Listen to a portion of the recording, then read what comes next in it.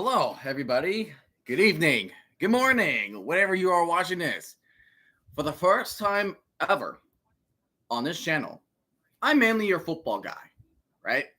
I talk football, I love football, but for the first time ever on this channel, I am streaming an MLB game that features my Atlanta Braves as they take on against the San Diego Padres.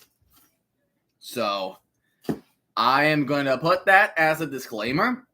I don't have as much knowledge of baseball, but but I do follow the sport a bit recently. When my grandfather was a big time Orioles fan, and he sadly passed away in last year in January. And right now, I am trying to carry that torch for him in the world of baseball. And I'm not going to have as much knowledge. I know you guys probably going to have a lot more knowledge than I have when it comes to the world of baseball. So your comments are always appreciated when it comes to these types of live streams, especially for this one when this is the first time I am doing it. So let's go ahead and let's the ball, right? This is the first edition of the Lightning Bullpen. This is what I like to call it. So it's not the Lightning Launch, it's the Bolt. It's the Bullpen Bolts. It's what I like to call. So let me go ahead and make the thumbnail look a little bit more clear this time. But yeah, so we're just here to play ball. We're going to chill, and we're going to watch some good baseball on a Sunday night. And, of course, my cat wants to go out.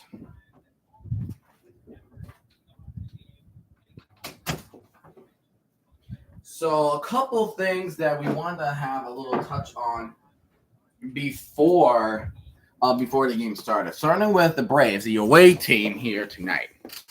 So the Braves are still recovering. They still lost two key pieces. They lost Ronald Acuna Jr. from last. They still missing Ronald Acuna Jr. from last year. Due to a torn ACL he suffered. It was the same ACL I believe he also tore before the Braves won the World Series in 2021.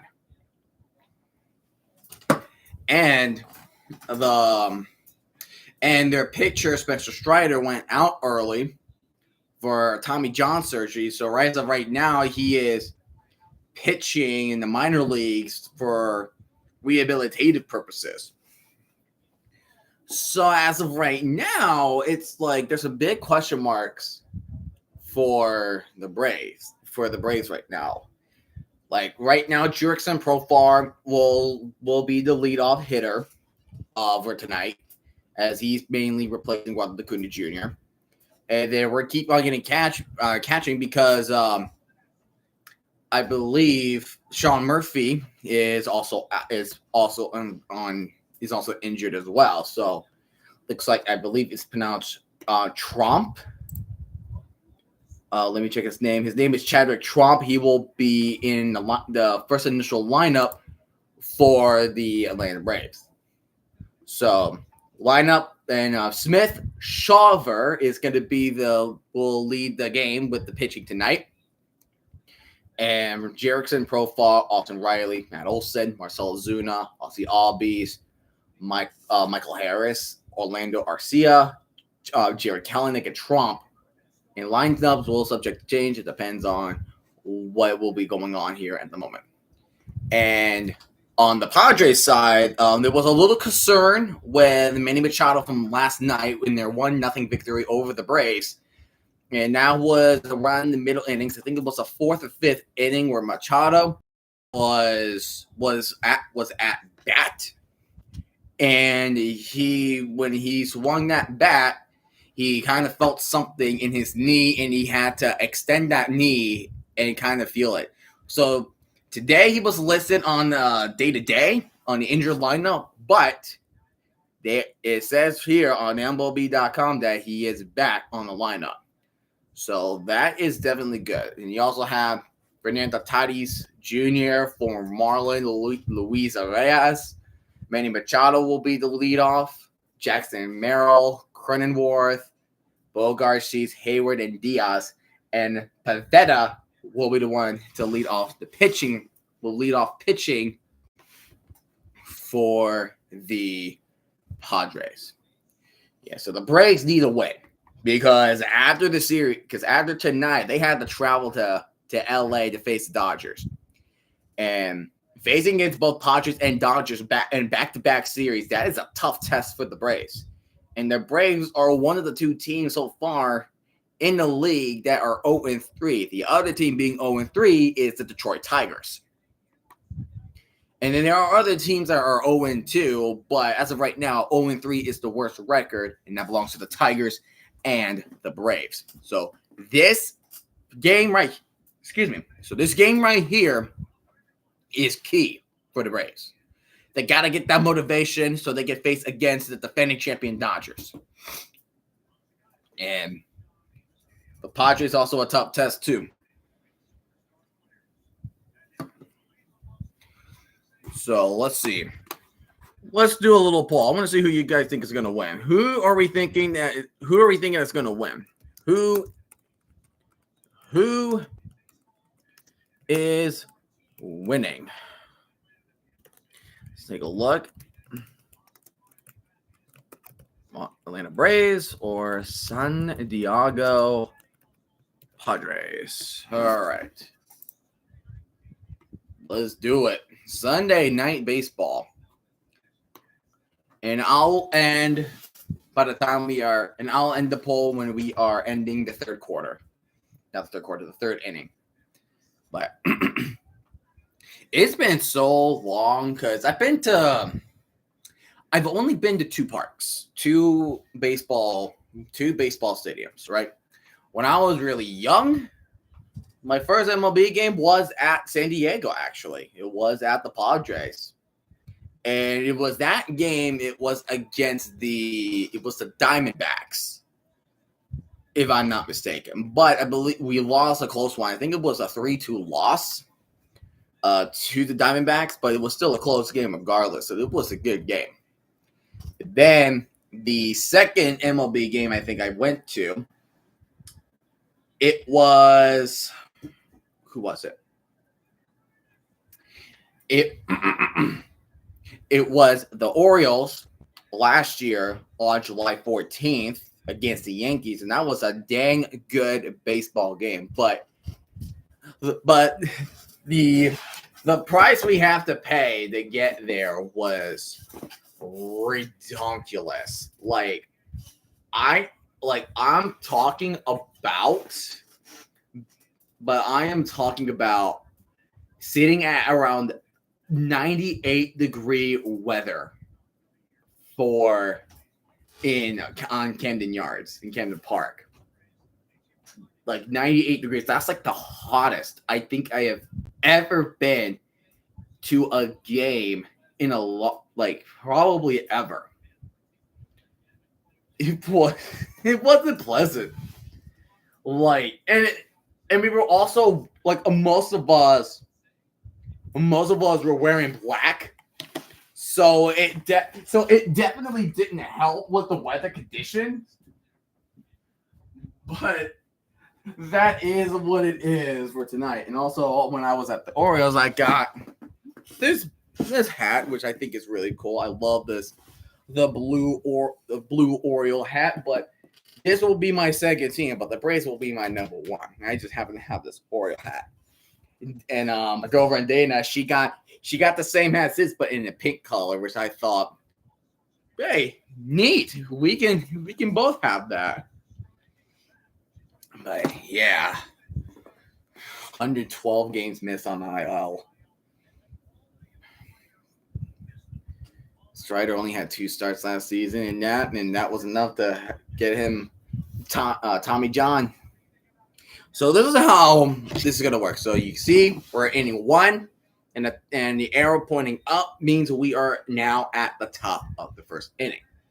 And then, of course, the white meters. Let me like that. So this will represent the ball, and this will represent the strikes. So I'll be monitoring every time, and of course, the blue numbers means the Braves runs, and then the yellow means that's how many the Padres have run. So I will be continuously be on the scoreboard for the whole game. Yes, I'm torturing myself. For these purposes. So, hey, this is gonna be freaking fun. So, this is going to be a lot of fun. I never did a baseball game, so I am truly excited. Truly excited indeed. And I guess I'm getting a little bit of attention on MLB, I guess. But anyways, but man, no, if you guys missed my last live stream, which is about an hour ago from now, the United Football League team, which is my DC Defenders, that's the jersey I'm wearing, they upset a team that went back to back champions. And we hand them for the first time going 0-1. And we started the season 1-0 with a new interim head coach that left. So, as some random guy, the person I streamed with, he is not happy. I assume he wants to come in, and I guess he wants me to suffer.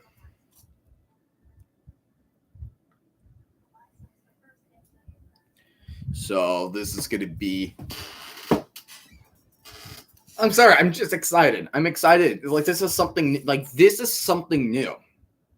This is something new that I'd never done before. And I'm thinking of doing it again tomorrow. I'm going to do one of the afternoon games tomorrow. And I will surprise you if you follow me on Twitter. I will definitely, on Twitter or X, I'm going to make that announcement once I am done with this baseball game. So, Braves, Padres, they're already started 3-0 and making some of the case good because the Braves and the Padres face each other last year in the wild card, but the Padres shut out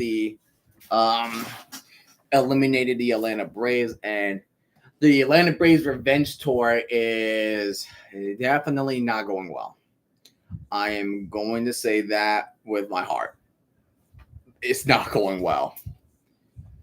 And I know the Braves start slow and they build back up, and it's the injuries that the Braves have. It's no Acuna, no Strider. It's a bad situation for the Braves because the Braves last year were riddled with injuries. It was Acuna, Strider, and then near the end of the season, Austin Riley got a season-ending injury with a fractured hand because he got an HBP. Yes, the Padres beat the Braves 2-0 in the wild card, so that's pretty much what happened. And yeah, and the Padres just went on further and further. And lost to the Dodgers. I believe it was the divisional round that the Dodgers... I think it was the divisional round that the Chargers went. Looks like a nice day at Petco Park. 63 degrees, partly cloudy. It looks very sunny at Petco Park. But there is a chance of rain is a possibility. It says there's a 40% chance of rain. So if they're going to decide to postpone the game, I think they're just going to postpone the game.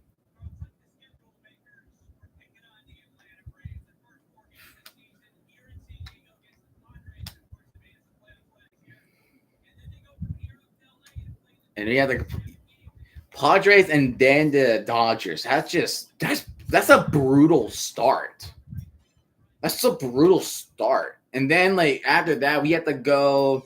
Then we're back home to play against the Marlins. So like the Braves have yet to have a home. Braves will yet to have a home game for a week. So Braves are going to be a little. I would safely say that the Braves are going to be a bit. We're going to catch a little bit of jet lag after their. I would say the Thursday meeting or Wednesday meeting against the Dodgers, and they have to fly back to Atlanta to face the Marlins.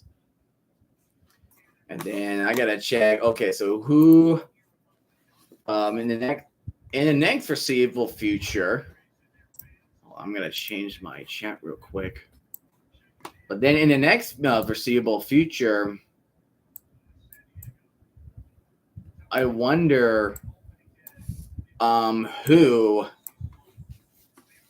who the Padres will face next. Let's see who the Padres play next. So after winning the series against the Braves, they're gonna be at home again, but against the Guardians of Cleveland. They're gonna play against the Cleveland Guardians, and then they will be on the road for the first time, going to Chicago to play against the Cubs. So there you go right there.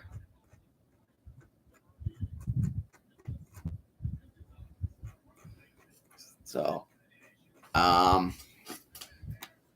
so there are still a couple games that need to be wrapped up as of right now. So the Angels, after that rain delay or a hail delay from what the heck? Like after the rain delay, the Angels are still up 3-2, but the White Sox have two players on. Yeah, fantastic win. Yeah, defenders with a fantastic win indeed. Like even if you're like a Battlehawk fan or like any XFL fan, like you can't help without being impressed. But yeah, so the Angels are winning 3-2. They have runners on. They have one runner in scoring position. On first and second, and then the Cubs are going to try to win. And here we go. We're going to go first pitch. Braves, Padres. First, top of the first. Here comes Profar up the bat. So I got to make sure I am paying attention to this. And that's going to be a foul ball. So we have a 0-1 count for Profar. So this is Pavetta pitching today. I like the yellow on the catcher's uniform. That looks really good. Pavetta with the pitch. Just a bit on the outside of the right. So we have a 1-1. We have a 1-1 count. Profar is replacing Ronald Acuna until Acuna is back on the field. They're saying it could be as soon as the Dodgers, but who knows?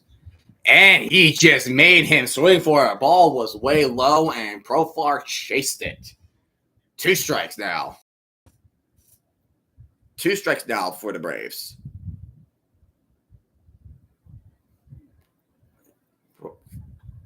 And there's a hit. And there's Machado with a ground up. And that is going to be an out for the Braves. So 1 out so far for the Braves. So 1 out so far for the Braves. And then next up the bat, Austin Riley.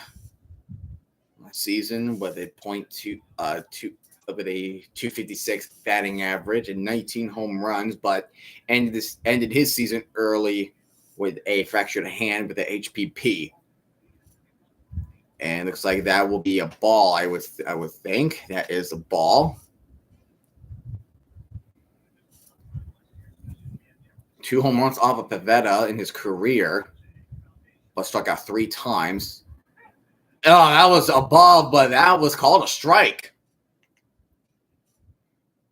That was a ball, but that was called a strike. Well then. definitely. And that's a foul, so that will be 2 strikes for Austin Riley. Yesterday's game between the Braves and the Padres was a sloppy one. It was definitely one of the more sloppy games with a 1-0 win over the Braves. And that ball went way too high, so we have a 2-2 count. 8 pitches in from Pivetta. And Pivetta getting ready for his stance. With the pitch. And strikeout. Struck out while slinging, so that is 2 outs for the Braves. So next up, the bell would be first baseman Matt Olson. Just missed it. It was a close one, but he missed it. Dang. Come on, Riley. Come on, man. And here comes Olson. That's the ball.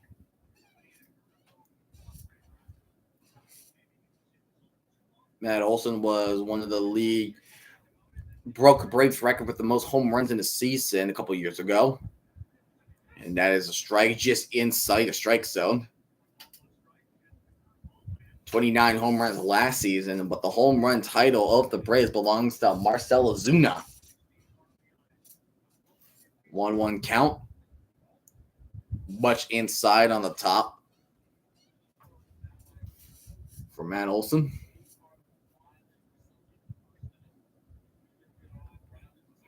Pivetta doing well so far, not allowing a hit. Too high, so that's 3 balls now. 3 balls, 1 strike. Pivetta needs a full count here. Matt's only got 2 hits out of the 12 at bats with a home run and a strikeout. And there is a swing and a miss from Matt Olson, so we are now officially at a full count.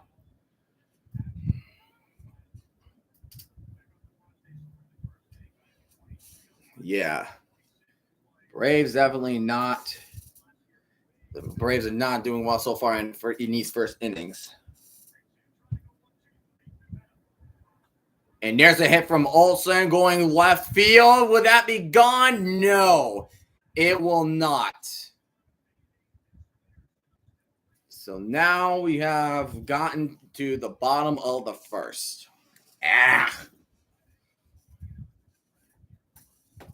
That was Hayward with the catch. That was Hayward with the catch to send the Braves out to the outfield. Send the Braves out.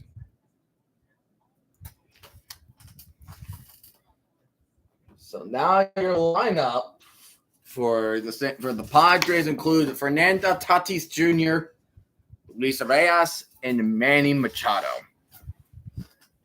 So to me, like, I know people kept on saying that, okay, this is only the first day, right? It's only opening weekend. But I'm concerned of the Braves. Because if they can't get a good start, to begin the season, then if you're going to try to play catch up, and that catch up is going to be too late. Especially with the injuries with the Braves have. Again, no Spencer Strider, no Acuna. Like, these are crucial players that you need in your lineup. But the fact that you don't have it right now, like, Strider's rehabilitating in minor leagues, and Acuna is going to return soon, but only time will tell. Because if you're going to get swept by both the Padres and the Dodgers, they're 2 playoff teams right there, which is a tough test. How are you going to win? How are you going to win? How are you going to make it to the playoffs if you're going to be like this? And here comes Fernando Tatis Jr. I don't know if it's pronounced Tatis or Tatis. I heard a couple people saying Tatis now. Jackson Merrill, Jake Cronenworth, Xander Bogaerts, Gavin Sheets, Jason Hayward, called the pop fly, and Elias Diaz off catcher. So, and here comes the A.J. Smith Shulver. And he will be the starting pitcher for the Braves. And here we go. Bottom of the first. Ball too low. So first off of the ball. Brilliant. A 276 batting average for Tatis yesterday. Oh, I saw the power rankings. I'm okay with the defenders being at the 3. I'm okay with being 3. I'm okay with us being 3. No, if the Panthers beat the Stallions, I will put the Panthers at the 1 as of right now. Because right now, you can make an argument for anybody who's number 1. And here comes the line drive. Oh, come on. Are you serious? And that is a double for Tatis. Are you serious? Wow. I thought it was a foul, but the ball just stayed on that one side. Down the line. And that line drive turned to a double for Tatis. And now here comes Luis Arias, a former Marlin after a trade from last year. And he just chased for it, and that is a strike. Right there, Smith Shulver just made Arias chased it.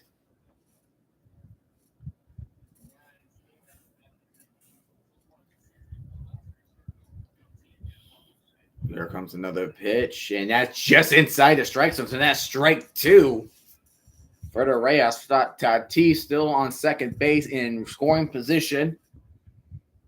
Chances are you could, if you get the ball deep enough, you could get it deep enough, you can get away for the sac fly.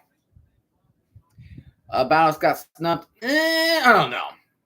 And there's another hit, and that will get an out. But Tatis is now on third, so a sac fly is bound to happen unless we can get an out before Tatis scored. So now you have a run. You have one out, but we have a runner on third. But there's a runner on third base now for a Tatis. And now Manny Machado will be up in the lineup. He was considered day-to-day today with a knee injury after he tweaked it yesterday. But it looks like he'll be fine. It looks like he is fine. Machado's first at bat. That's a ball. So it's good to see Machado back in the lineup. I feel like the Padres really need Machado.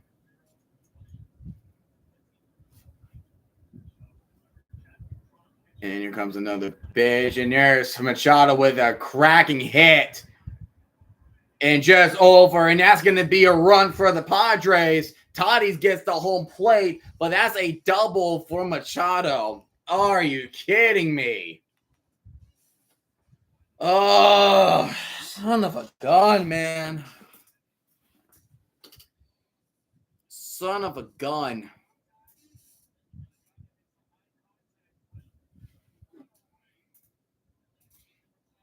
Not good, man. Not good.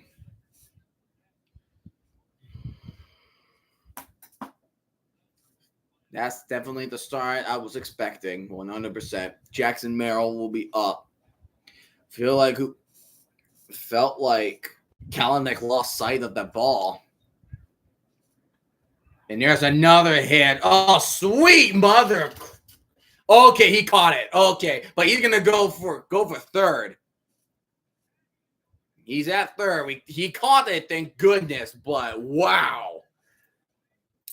That could have been bad, too. That was 2 good hits, but Kalanick was lucky enough to catch the last one. Holy crap. Well, thank goodness we did not allow another run unless we can get one there by Jake Cronenworth.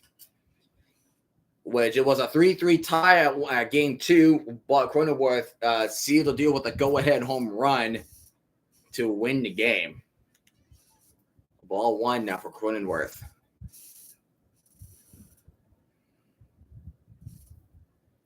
This is 100% the start I was expecting for the Braves. So, and that is a strike. Just inside the strike zone. And running whereas he could get at least a base hit, so Machado could get himself a run home. Solver with the pitch. Makes him chase it. And that is a strike 2 for the Padres.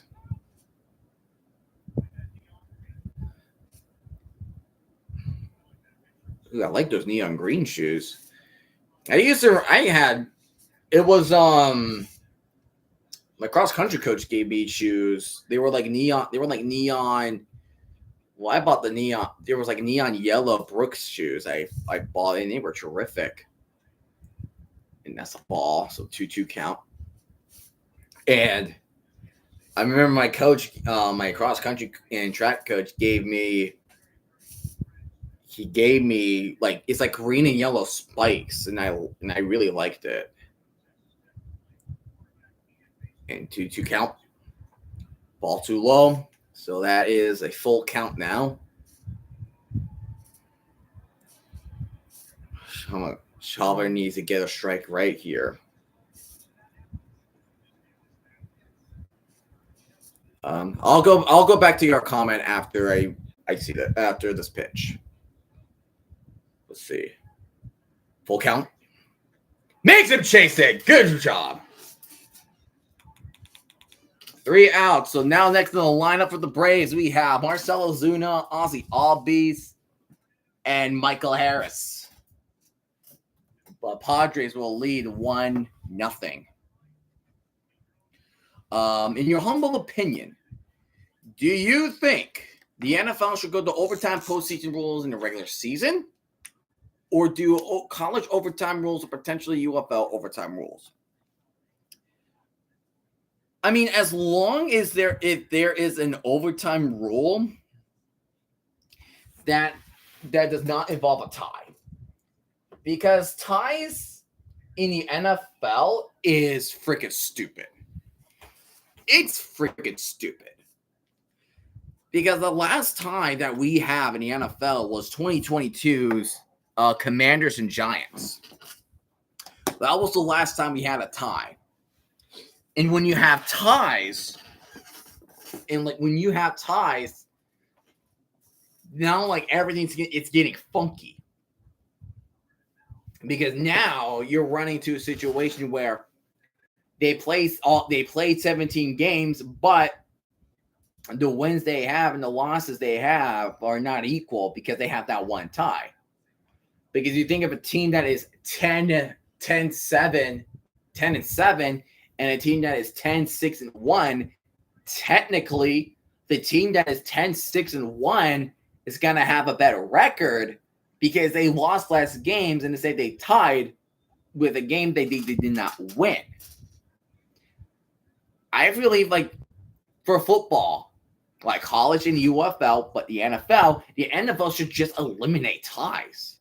I'm not a fan of ties.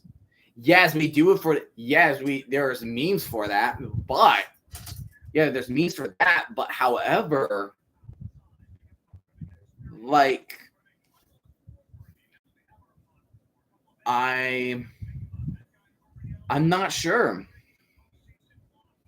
Like the Seahawks should have been to 16 in 2022, but the Giants won at 9-7-1 because of a tie. Yeah, exactly that. Like when you face ties, it's so finicky. It's funky. It's funky because you're going by the technicality here. And Ozuna is up the bat. It's funky. It's completely funky. And there's a hit from Ozuna from third base, and he makes the throw to third. And that is all raining out. Great stuff. Great friggin' stuff, man. Well, all I can say at least the defenders won today. And today's video is going to – and then The meeting video is going to be a freaking doozy. That was a great game, though. That was great. Albies will be up the bat. I always like Albies like batting position. So unique. And he's just going to take the strike. Did not even just looked at it. He will just take that strike. Looks like the men's Final Four will be all number 1 seeds. There you go. So what is it? Florida, Houston, Duke, and Auburn. And there's a hit. So that is strike 2 right there. And also a ball 1 that I missed. That's my apologies. But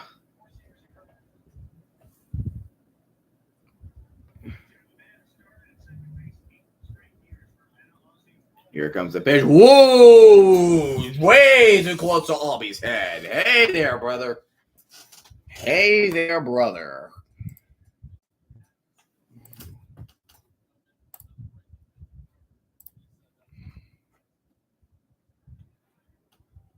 Here's a pop fly out for Albies, but that's going to go right to the direction of Tatis. So that's out number 2.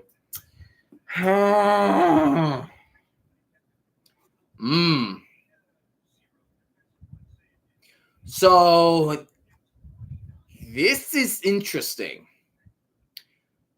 So apparently, Shannon Harris got into a little feud with Skip Holtz. I'll explain more. Michael Harris has a strike. God dang it. Dag nabbit, man.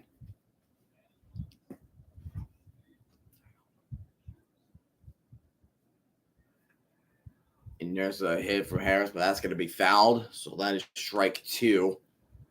So that is strike 2 for the Braves.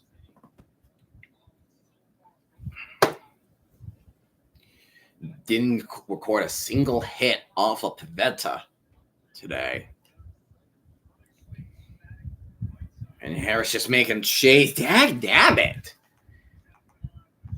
Pivetta is making these friggin' players look silly. Friggin' heck, man. Do you think MLB fans should really overreact with the first quarter to maybe halfway through the season? Like, hearing Yankee fans chirp about their 3-0 start is getting super annoying. Well, I mean, that is just the fans, you know? Like, they're fan. So you're going to have 2 types of fans. You're going to have one that's going to set, like, reality expectations. But then you're also going to have fans that are just going to be freaking the hell out because they're well, first of all, they're Yankee fans. What the heck did I just do with my? Where's the brown marker? I thought I just had it, bruh. Most overhated player in the NFL. Ooh, most overhated player. Oh, it's over here. See, most overhated player. That's a good question.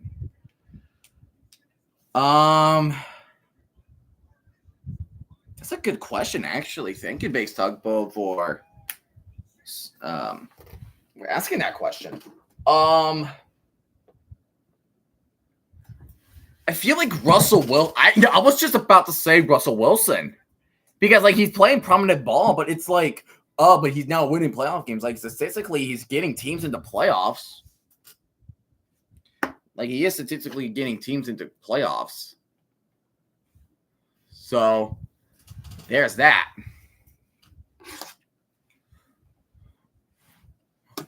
But hey, Tugboat, look who won. Look who won. Geno Smith, yeah, I can say Geno Smith being overhated. I can say Geno Smith being overhated too. I can totally see Geno Smith on the list too.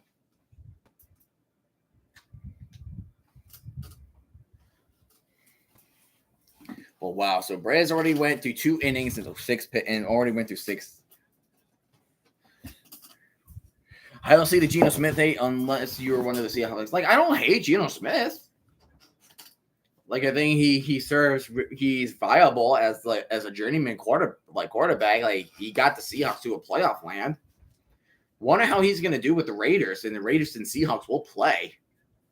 Like, I think in 2 years, I believe. Depending on if he's still there with the team. And that's a strike right through the middle. Strike to the middle for the Padres.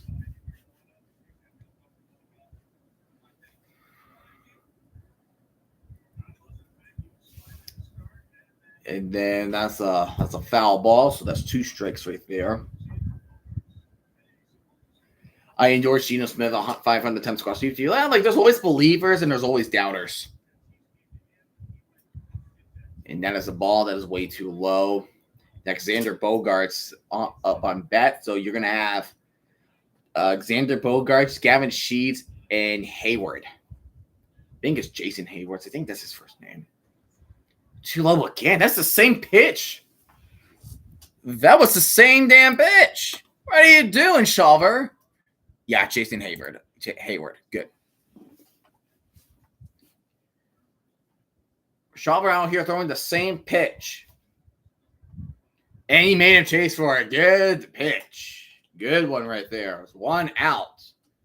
Strikeout swinging. That's the second strikeout for Shalver tonight. So now here comes Gavin Sheets. Josh Jacobs was extremely hated from the Raiders, only came back to the Packers and became one of the most popular players in the league. Yeah, well, that's a strike. The thing about with Josh Jacobs was he was good.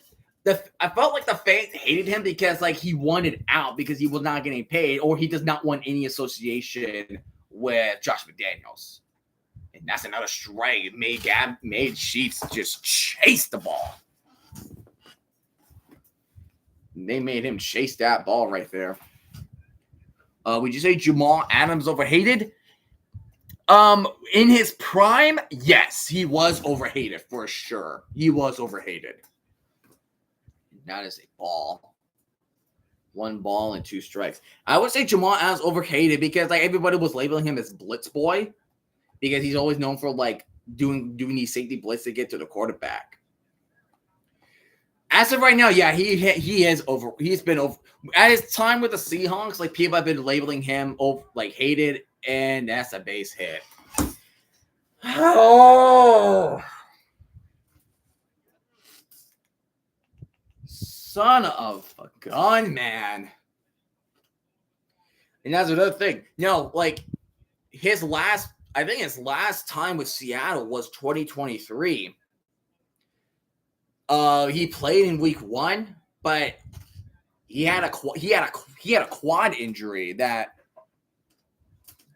But that's the thing. So here's the thing. Okay, good. That's a foul ball. The thing. So safeties are faster linebackers. Jamal Adams played strong safety. When you're playing strong safety, you're more of a physical guy. You're a faster linebacker. That was his role. Brock Purdy's overhated. I agree. Brock Purdy is overhated. Make that strike 2 on Jason Hayward. I agree that Brock Purdy is overhated. I do agree with that.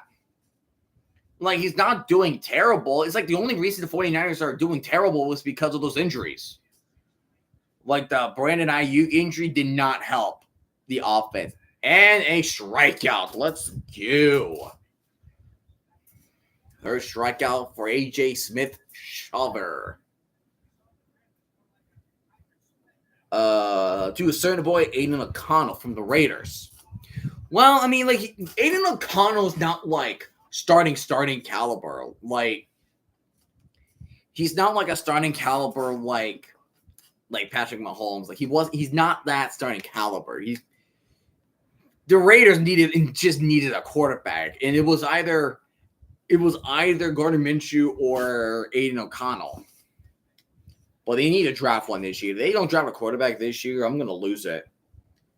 I'm going to call that a strikeout to Elias Diaz. You got a runner on first with 2 outs.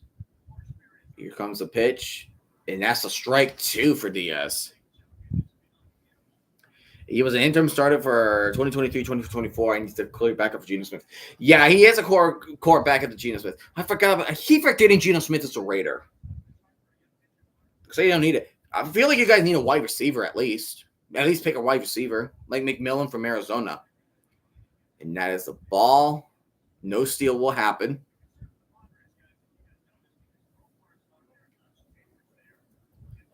So no steal will happen.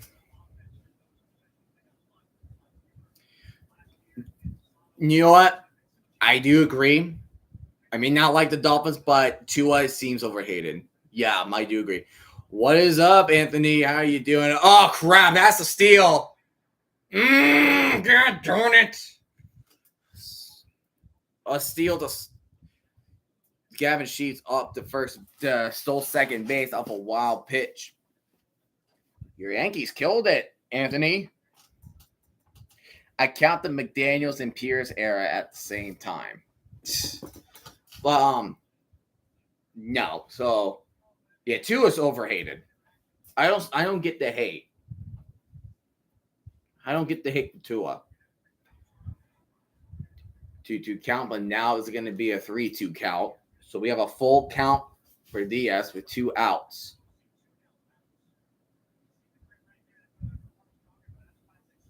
Wow.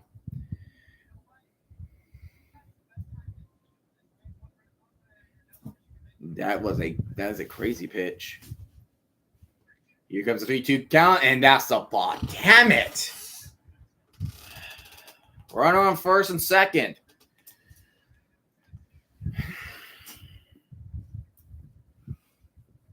Damn it. Now, vice versa, most overliked player. Patrick Mahomes. Now, that's hard. That is hard to pick right there. That is a hard nail to crack. Maybe not overhated, but Justin Fields. Yeah, he's a good quarterback, and everyone talks crap about him. Yeah, because they mainly talk crap about Justin Fields. 2 inside to Tatis. Dang it. But yeah, like the only reason Justin Fields hated because of his tenure with the Bears. Like at least he's getting a starting position on the Jets. That's a ball 3. What the heck? What the heck, AJ? Because if we get a ball 4, we're gonna load those bases.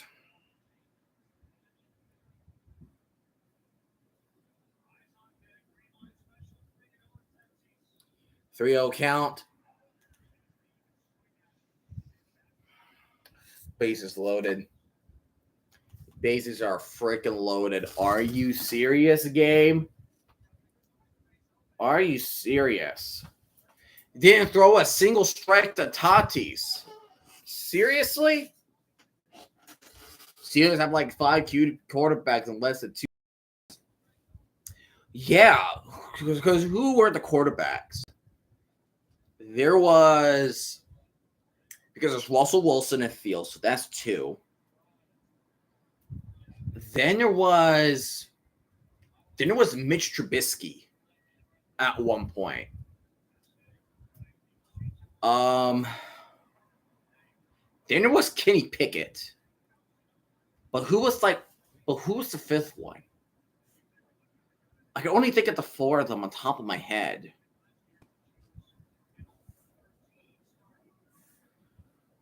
I know Mason Rudolph is back, but was Mason Rudolph in the 2023 season? That's what I was thinking. Like Rudolph. So it was Mason Rudolph. So he just joined the Titans for 1 year, then now he's back in Pittsburgh. It's like, hey guys, I'm home.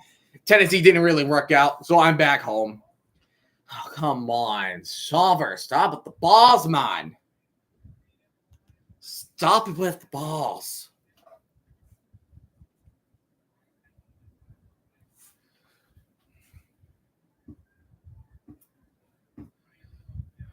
Shover on the 1-0 count. And it's right in the middle of the strike zone. 1 strike. Oh, dude, if the Steelers draft a quarterback, that would be hilarious. That would be his pick up Aaron Rodgers, and they're gonna draft a rookie. I mean, maybe Rudolph again.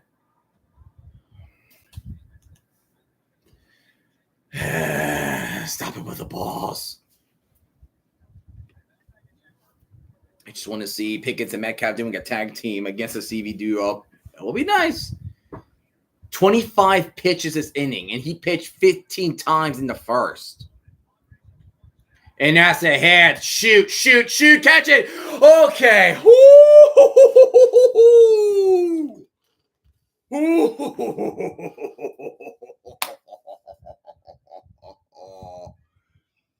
Oh, baby, we just avoided Armageddon.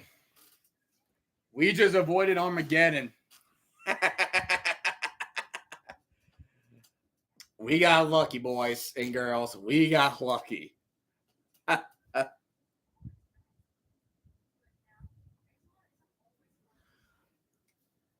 That's right. They have Ty Skylar Thompson. They have Mason Rudolph and Skylar Thompson as their quarterbacks now. Oh. Oh, my gosh.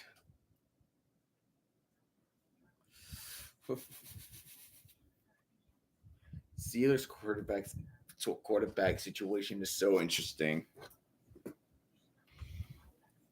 I wonder if Aaron Rodgers is purposely just waiting out so he can screw people's brains out, like screw Ian Rappaport, Adam Schefter, Ari, and all those insiders of the NFL. I wonder if he is just trolling the hell out of them right now. Because I will be thinking the same thing too. I was like, he's just trolling. He trolled everybody 2 years ago about where he was signing, like rumor of getting him traded to the Jets and everything. Are we doing a draft stream? Yeah, it's just so a random guy is saying it just depends. Like it depends on how his schedule is, and we're gonna probably just get the gang bet together from what we had last year. Now we're in Green Bay this time. But yeah, top of the third inning. Do lineup Orlando RC, Jared Kelenic, and I think Chadwick Tromp will be your lineup for this inning, guaranteed.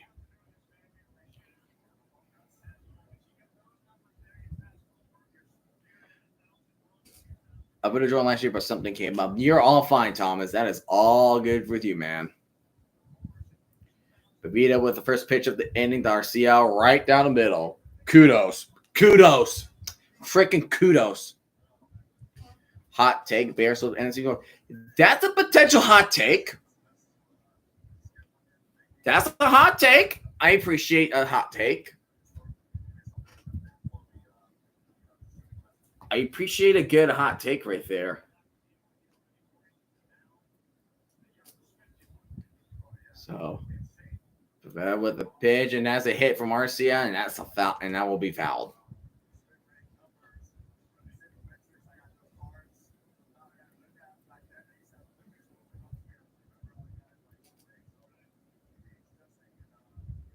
Arcia on 2 strikes.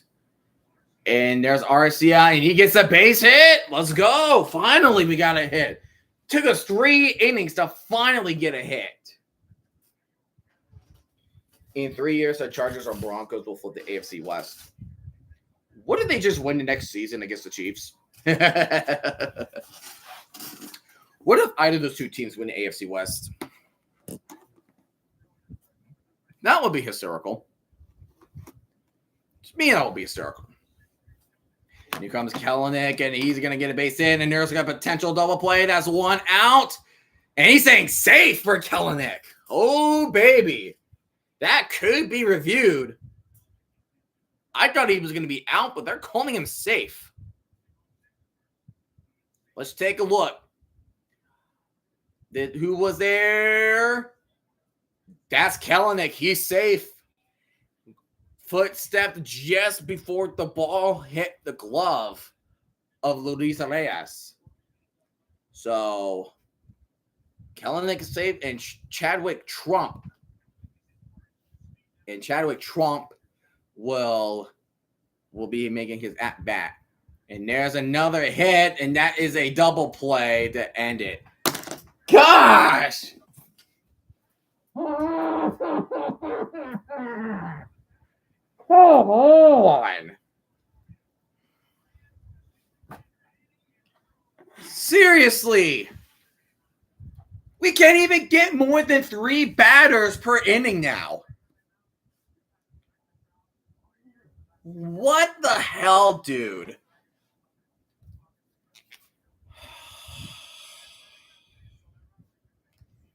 Atlanta Braves, everybody.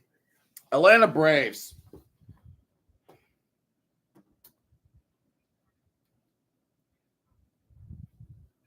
Atlanta freaking Braves, everybody. This is a freaking joke. That's a freaking joke. Kind of going back to the tie thing. Remember when the Chargers and Raiders had the tie to have both teams clinch the playoffs? It would have been way more suspenseful if instead the game continued. No, that was chaos. I loved it.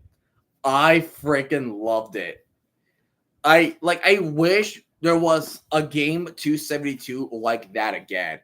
That was a fun clinch. See, clinching scenarios like that is fun. You win, you're in, or if you tie, you both get in. It's like playing 4D chess right there. That was fun.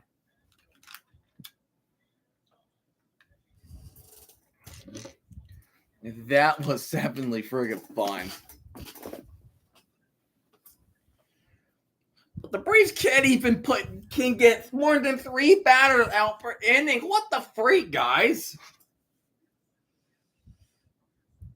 Ugh.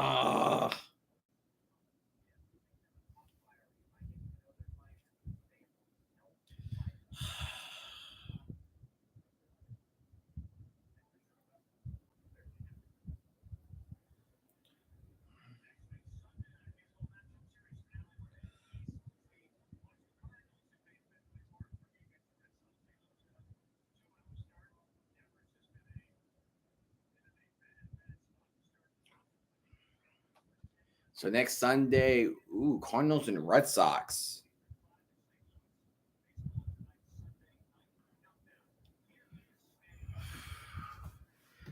Bottom of the third.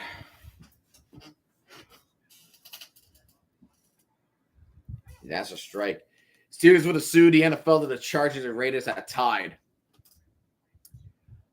Yeah, like I said, we were talking about me and Thomas earlier. We were just talking about ties earlier too. The closest team was to tie twice was the 2022 Colts. So yeah, the Colts had a couple games overtimes. I remember one. No, that was 2023. That was Gardner Minshew against the Ravens. That was overtime. Ooh, that was a ball right there, but that close to hitting Manny Machado. That's right. That's right. That was the season the Colts beat the Chiefs. That's right. That's right. And that's a ball. Tag. Damn it. Losing track. Now we need one more strike. We need a full count here, Solver. Come on, Solver.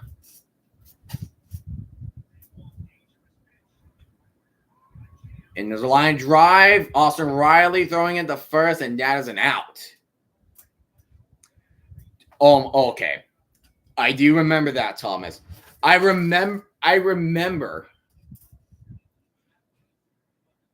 the Chiefs are 0-2 when in the Super Bowl when winning 2 games in the regular season. Oh yeah, they did lose 2 games, right? Wow. No, I remember watching the overtime game of the Lions and Steelers at a Buffalo Wild Wings. I was practically losing my mind. Jackson Merle up the bat. I was practically losing my mind with that game. Shawver with the pitch. Did he check the swing? They said no swing, so that's the ball.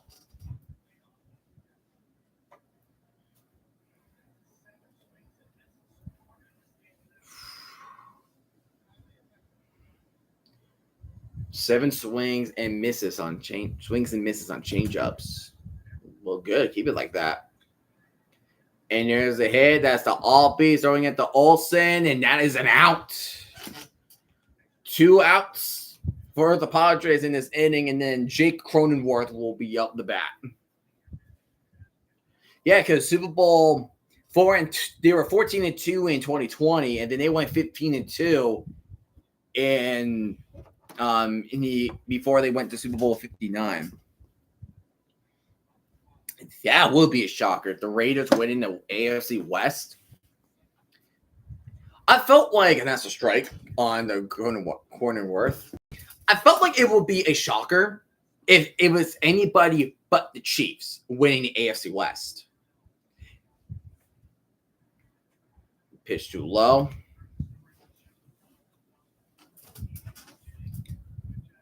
That's a pitch low. It's a 1-1 count with 2 strikes, 51 pitches total for A.J. Smith-Shawver. Ball that was way outside. Just a bit on the outside. 2 balls, 1 strike.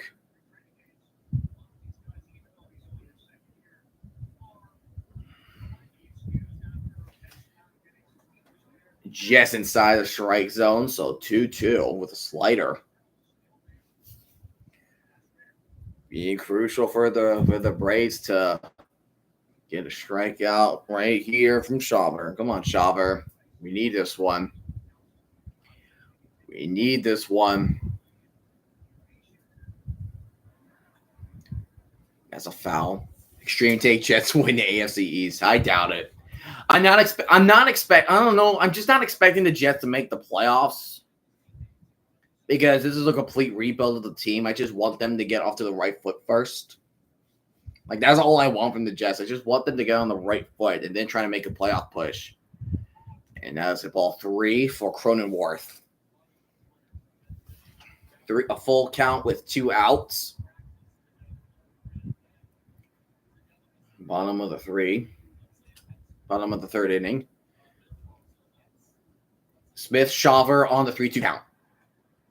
And ball 4. A man on first now, Cronenworth. So now Xander Bogaerts is going to be at bat.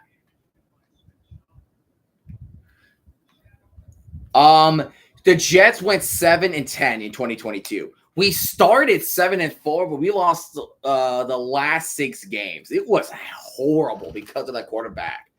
That game against the Week 11 the Patriots, my most hated game, that sent me like a bomb. I was so mad. And speaking of like a bomb, line drive left field by Bogaerts. And he's going to go for a home, and that is a run for the Padres. Come on, Dan.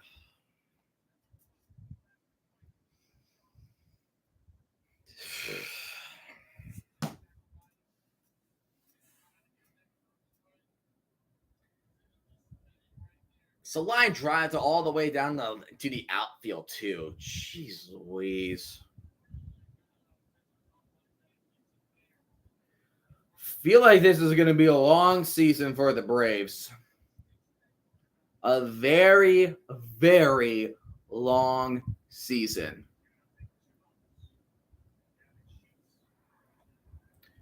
Yeah, that's a strike. He swung that. He swung that one for sure.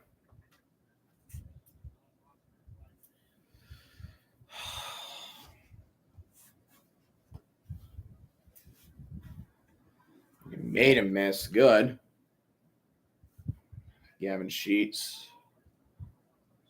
got a base hit early on. in the second inning. And he could have a chance to send Cronenworth at the home if he gets a good hit off of this. 0-2 count. And the ball was low, so 1 ball. 7-10 feels like a winning season for the Jets, right? We haven't had a winning season in 10 years. That was 2015. Gosh. When was the last time we had a winning season? It would be a miracle to have a winning record this season. Shawver on the 1-2 count. And what a diving attempt. Dang it, and he got safe. Dab it, man.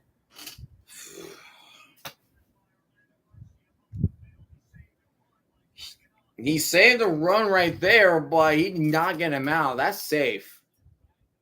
Yeah, that's safe.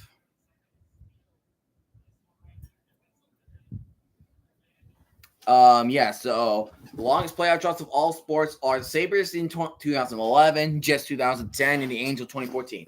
And there's also for the NBA, I think it's the Charlotte Hornets. It used to be the Kings, but now it's the Hornets. Jason Hayward, ball went inside. So one ball now.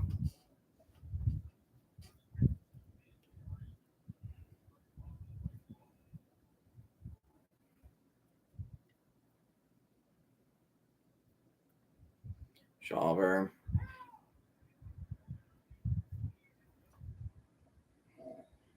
And wow, Gavin Sheets just stole second. That was quick. What did the MLB game play? Played 1 game a week. Whew. That's going to be something. Don't know how many games they will have to play in a year. Here's a pitch. Makes them chase for it. 2 strikes now for Jason Hayward.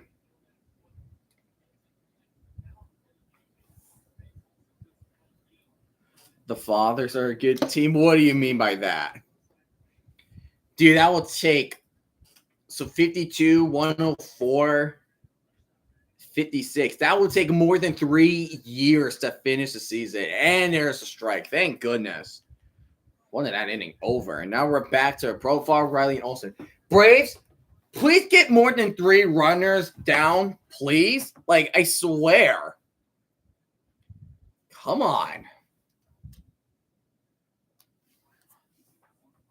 Your 2 a.m. wave on Discord? Wait, what do you mean? Hold on.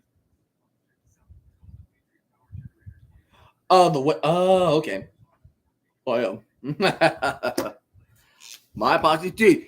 2 a.m. Dude, I was sleeping. The heck are you doing up at 2 a.m.? Are you trying to be like Patrick eating his Krabby Patty at 3 in the morning? Oh boy, 3 a.m. Oh boy, 3 a.m.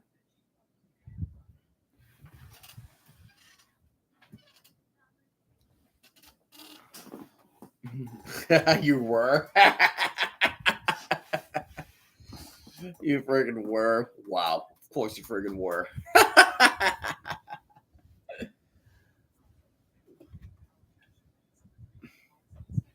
I refuse to talk to anyone past 11. Yeah, that's like a bed. It's like a bedtime, you know? My bedtime is just depends.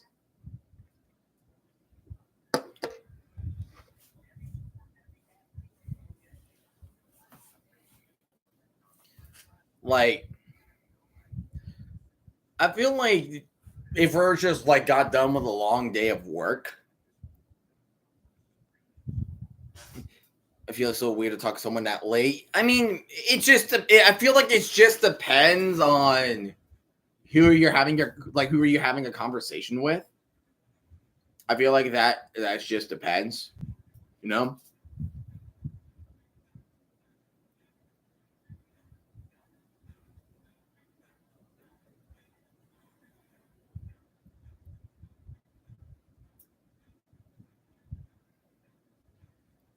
So you feel like it just depends on who you're talking to. That's what my take is. That's just my take. See, I like that.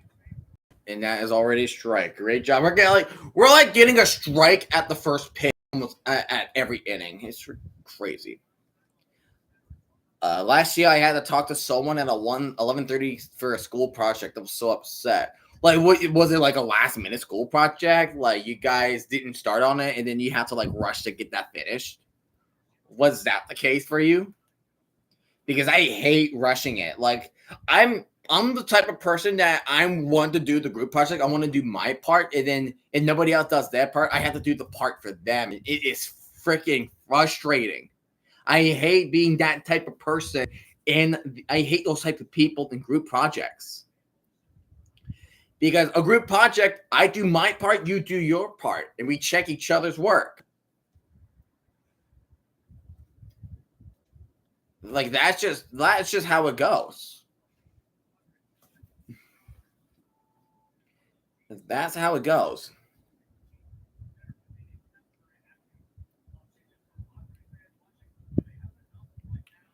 Park with 2-2.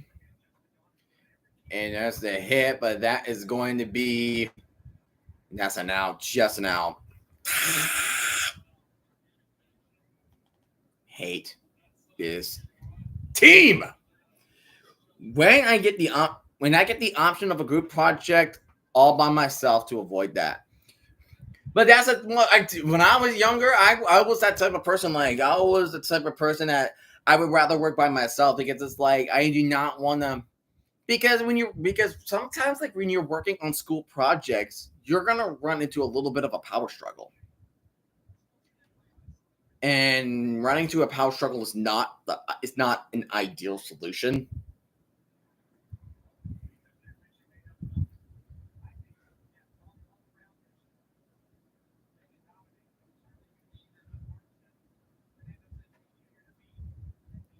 So, and there's a line drive, but that will be foul from Austin Riley. 1-1 count. Yeah, I'm just not a fan of group projects. But whoa! That almost hit Riley on the shoulder. That almost hit Riley on his right shoulder.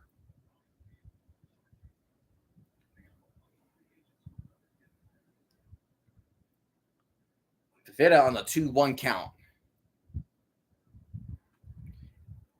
Hit from Riley, but that will be fouled. Ironically, I had a situation where my group member did all the work and didn't let me do too much. It'll suck if you have a group that you did the work, but they take the credit, and Riley will go to right field, but Tatis will catch it, so 2 outs for the Braves.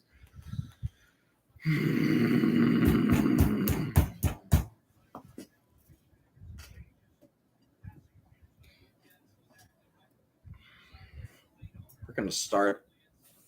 Wow. Did the Tigers even play today? I wonder how they did today, because we're probably going to be the only team that's going to be 0-4.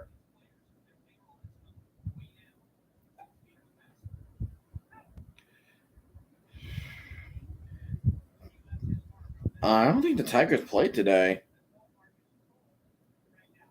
No, the Tigers did not play today. So, and there's a hit from Olsen, and that is a out.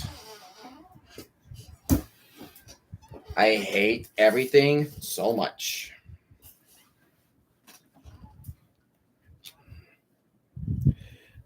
This is going to be a quick game, guys.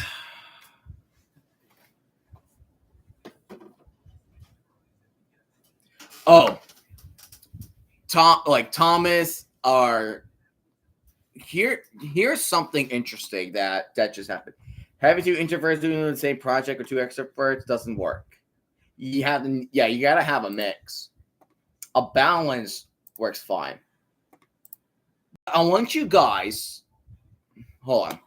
This is a story that so the defenders Well, I gotta find a good article for this.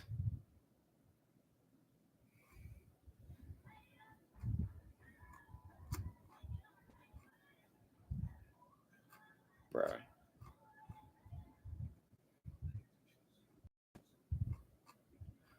Let's see.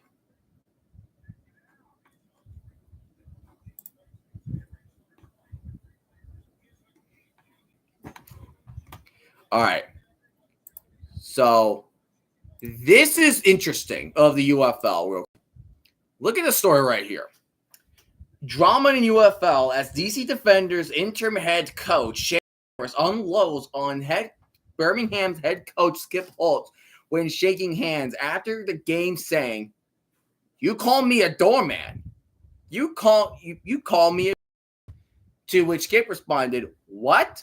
No, I didn't." And the DC player then yelled at his face, "We beat that too. We beat that butt too." Yeah. This is an interesting take from interim head coach Shannon Harris. So, what do we think of that? We already got beef.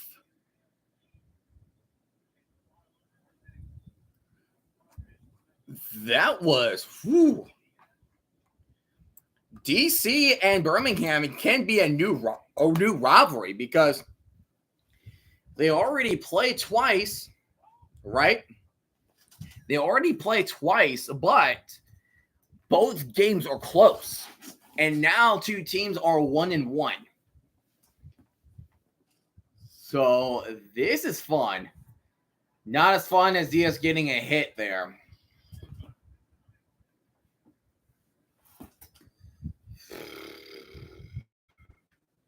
And apparently, AJ Smith ball. He played football in high school. Really? No shot. Wow. AJ Smith Shawver played football in high school.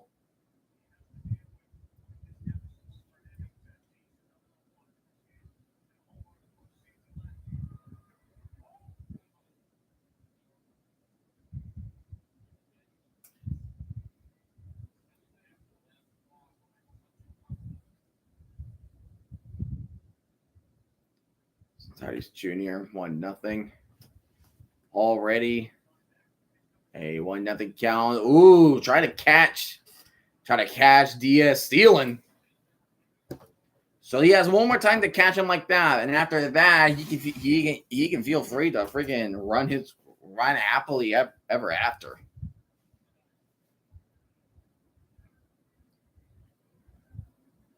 Here comes the pitch. Too low, but called that a strike. Huh. Very unique there. Unique there for the ump to say. 1-1 count. And that will be a ball too low.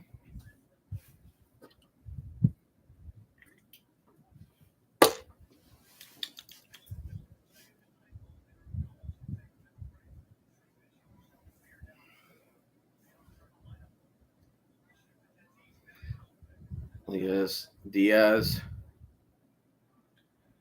And there's a drive. Riley going for second. Do you get a double play? No, barely. No. Tatis is safe.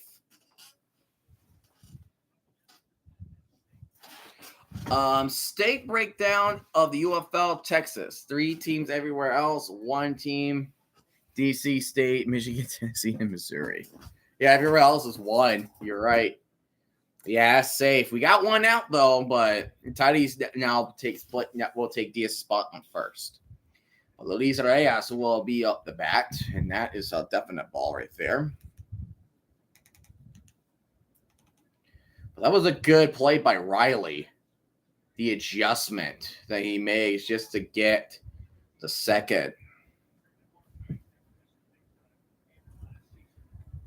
Oh, that was close. That was a close one.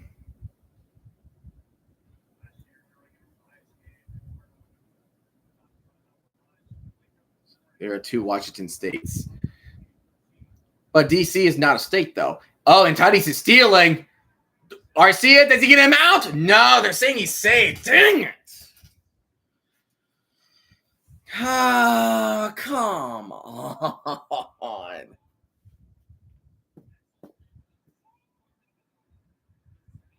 It's a nice hustle, but damn. Yep, that's safe, and he stayed on the bag. Well, I know. DC is neither a state or city. Then what's the other state? There's Washington State, but what's the other state of Washington? Well, good catch by Albee, so that's out number 2 for the Braves. Thank goodness we needed that one.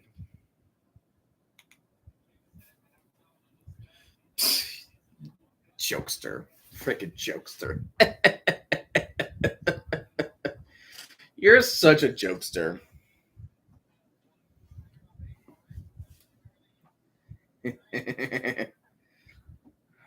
Manny Machado now up the bat. Ooh, he made him chase. That was way inside, but he freaking chased out one. Now home from work, but on my way home, I had to get gas. I spent 5 minutes just getting 5 gallons of gas. What the freak?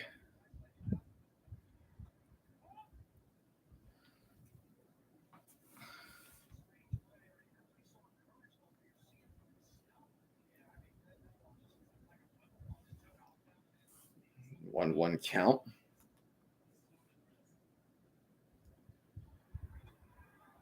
That's the hit. And throw that to first. Got him out. All right. 3 outs.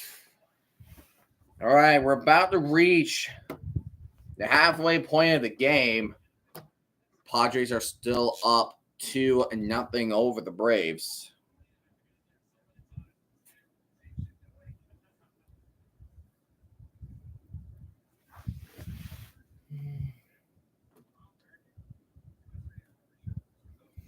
So,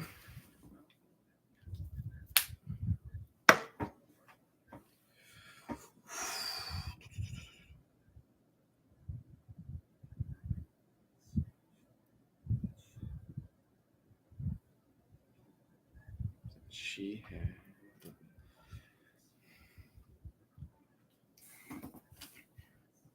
5 minutes is getting 5 gallons of gas. What gas station are you filling your tank up from? I forgot to end this poll. People voted more on the Braves than the Padres. You are out of your gosh darn minds. You're out of your mind, people. Out of your mind.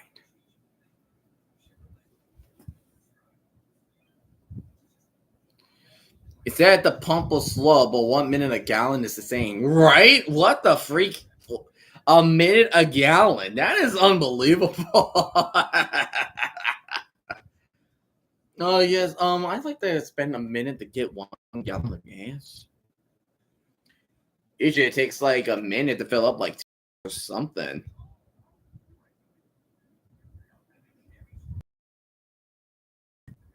I don't know. 1 minute a gallon. Yeah, that is insane. That's freaking absurd. But yeah. This is crazy. But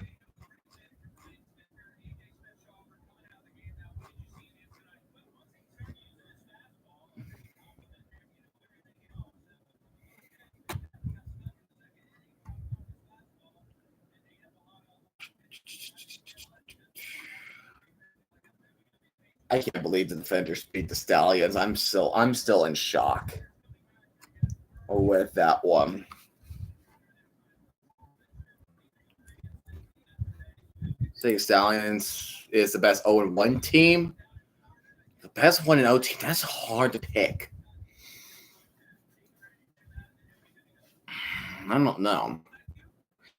You know what, Thomas? I say the Battlehawks are the best 1-0 team.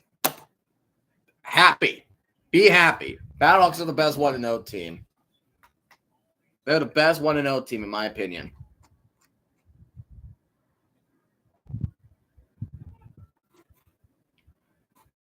Richard Chamberlain passed away. Who is Richard Chamberlain? Hold on.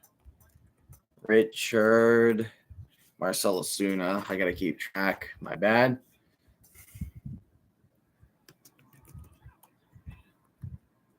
Chamberlain.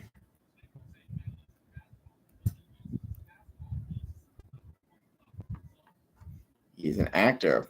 Do I know him from anything? Hang on. Hit from Osuna, but that is going to be a foul. So there's 2 strikes there.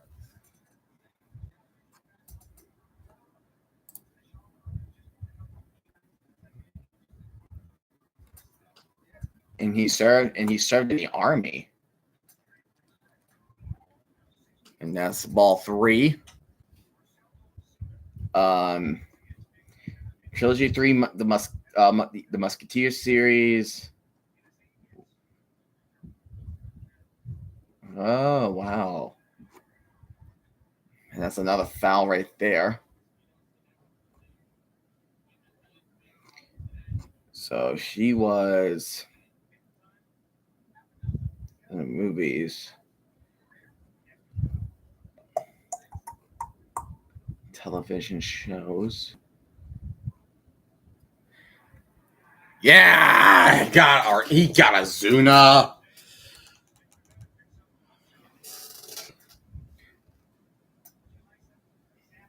Yeah. See, no, that's television films, but now we're in TV shows. He was in Sentinel, Shogun. Dun, dun, dun, dun. Not really in the. Can't really pick out like what shows that I know him from. But dang. Respect to that man. And it says that he died of a stroke in Hawaii. And he served from 1956 to 1958. Rest in peace, Will Chamberlain.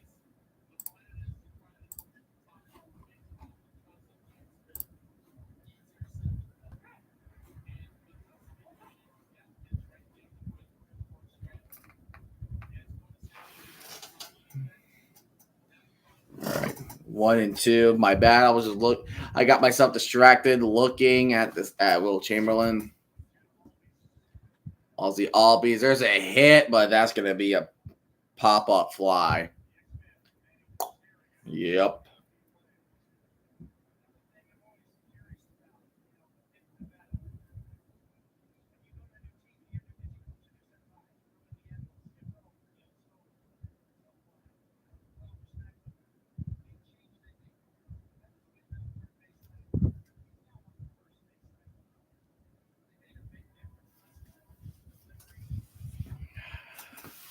Michael Harris now up at bat. And that's a strike right off the bat.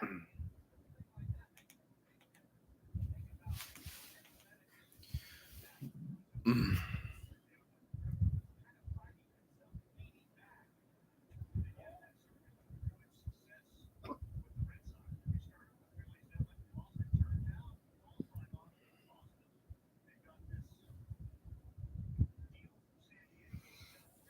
One.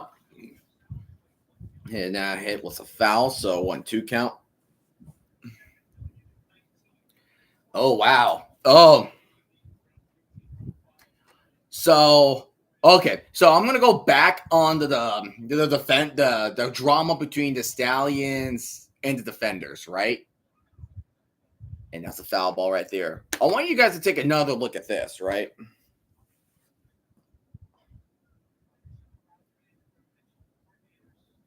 Fun.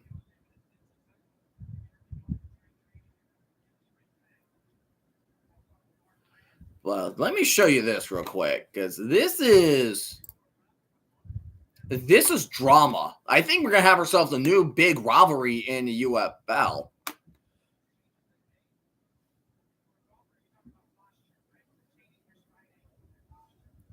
I think as well. Dun, dun, dun, dun, dun. So, all right. And there's Harris with a hit.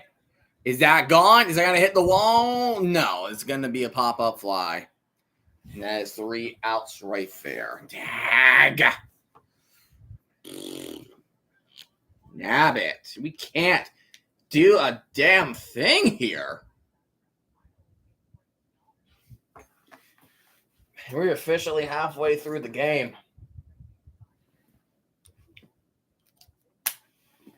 But I want you guys to take a look at this.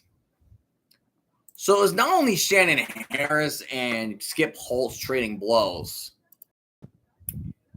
Derek Roberson said, I said 74, you gon' have a bad film day tomorrow.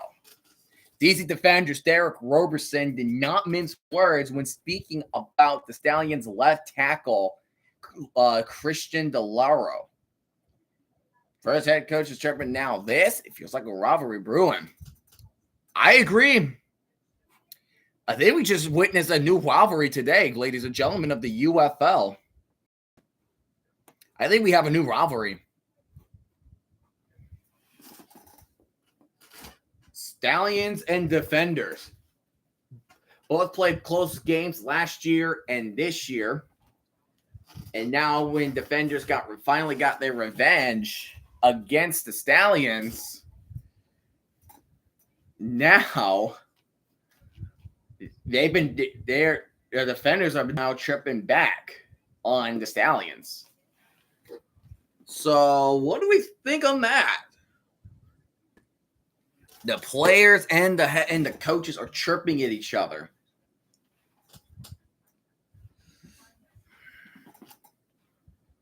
Because, I may be happy.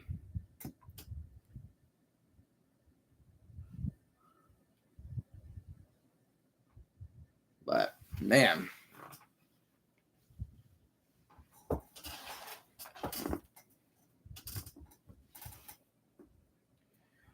But I'm in the 5th now, so I may be happy with my Defenders, but I am not happy with the Braves. Absolutely not. I think it's Jackson Merrill that is up the bat, and that is just the outside. So already start with the ball. And this is Suarez now coming in as the pitcher, replacing AJ Smith on Shawver. Suarez on 1-0 count. Gets a hit. Pitches at to Suarez, and he gets the out. Good stuff, Suarez. Good hustle. Good hustle. Jose Suarez.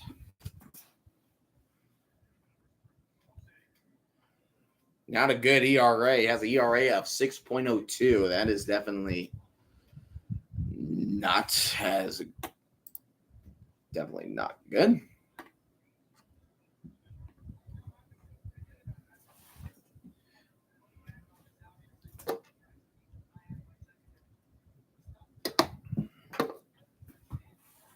The pitch.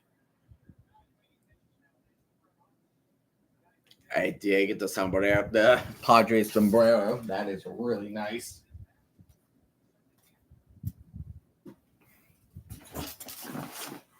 Pitch way low to the right, so that's ball 1.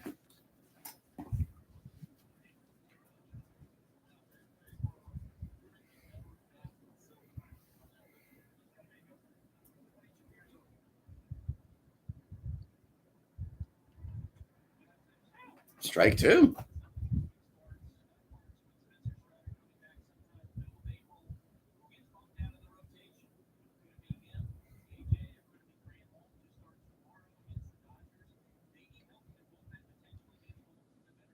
One to count. And made him missed. Good stuff, Suarez. Good stuff.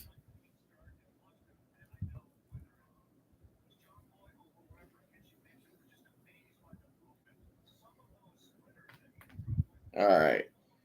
Now, can we get a one more hit? Can we actually get only 3 runners for the first time ever this inning, please? That would be nice. That's a ball right there.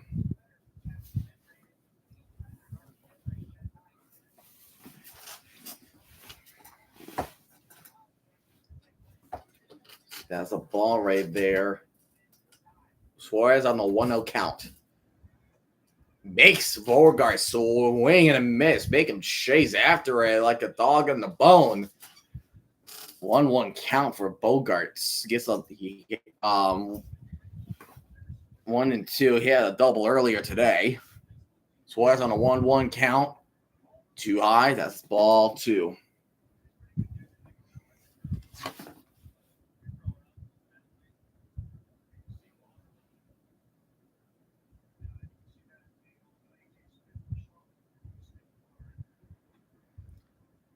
It looks like that is another ball as well. Just when I thought he was going to do good.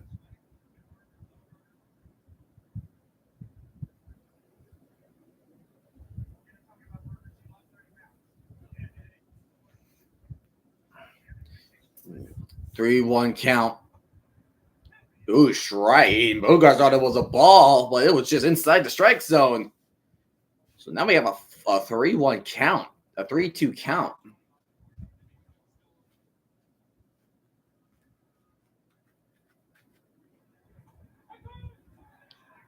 Wow, and they called that strike 3? Wow, Bogarts is not happy.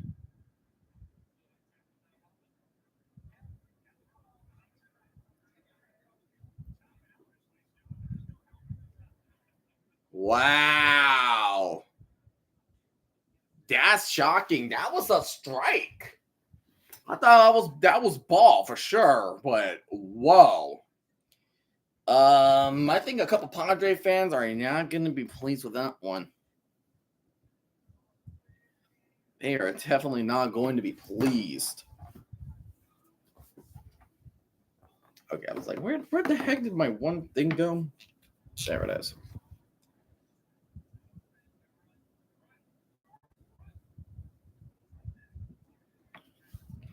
6th inning.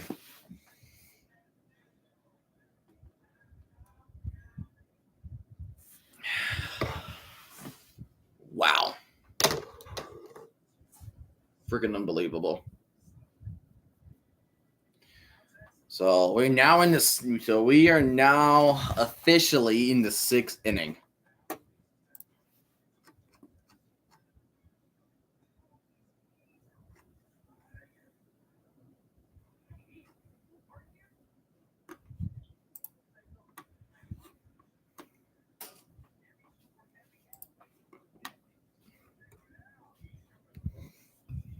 But no, man, the Stallions and Defenders game this year will be probably one of my favorite games to see as Defenders. 100%. That was good.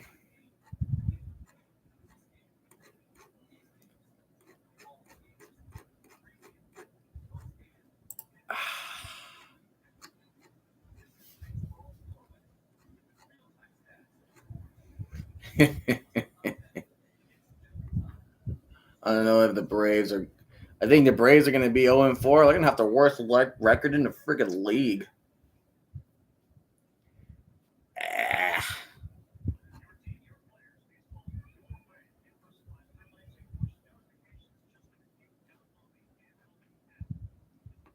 Gosh, I will remember. I'm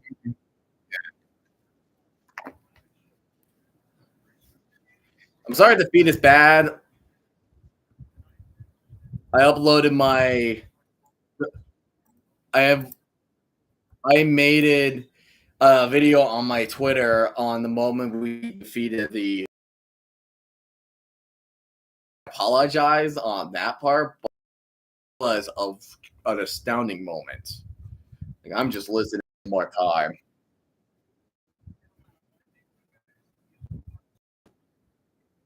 Oop, that's a foul ball, so that's strike 2. Strike 2 for Orlando Arcia.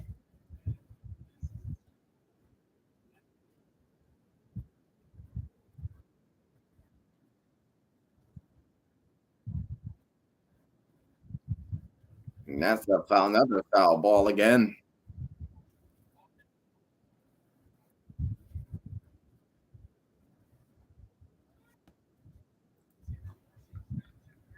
Yeah, I remember that. Even though it happened literally today. The 1-1-2 count for Arcia. Way outside, so that will be ball 2.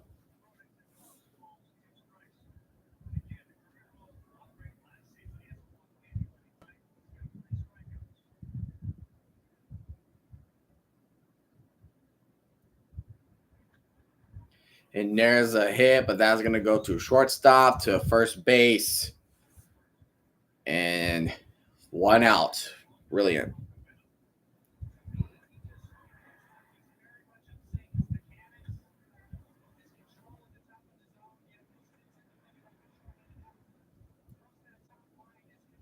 Oh, my goodness.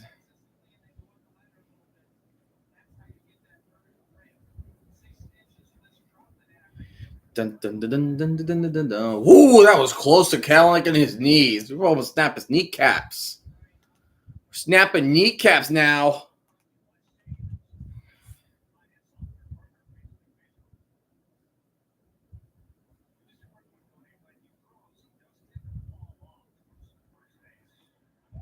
Ooh, did he check the swing? No, he did not. That would be ball 2.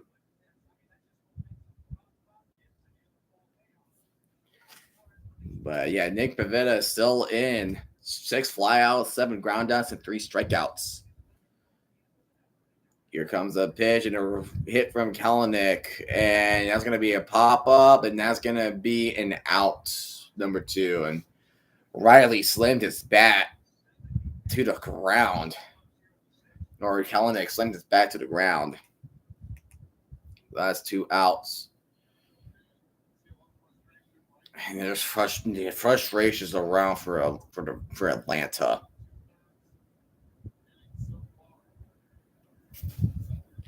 It's nothing but frustration for the Braves.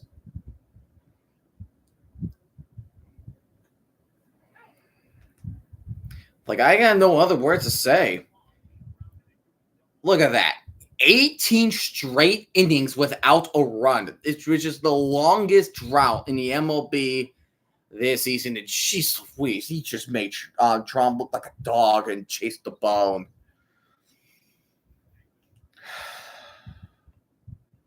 This seems like it's not going to do good this year. Braves are not going to do good. Like, we might start the season 0-7 or 0-8. We are so bad now. We are so bad. Nick Pivetta is pitching a game of his life. Strike 3.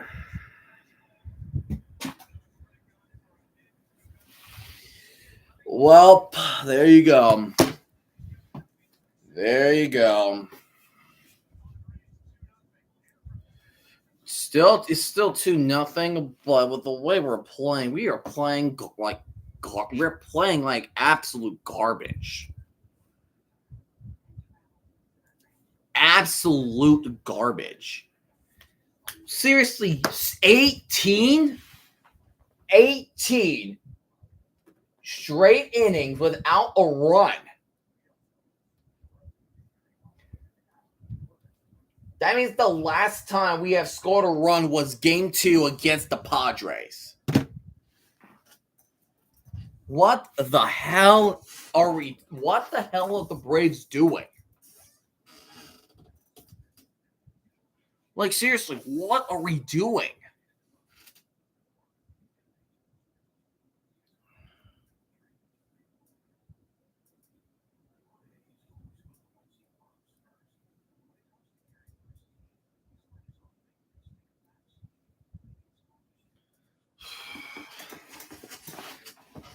Like, I never seen the Braves them performing so bad. Well, they're gonna be a low tier team this year. a much lower seeded team.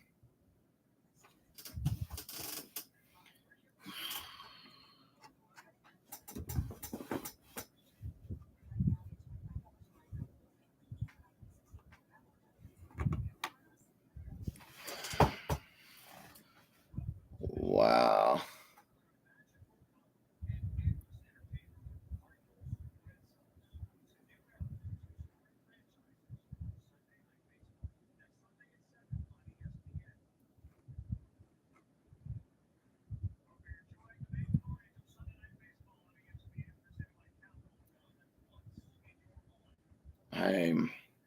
I'm just lost for words.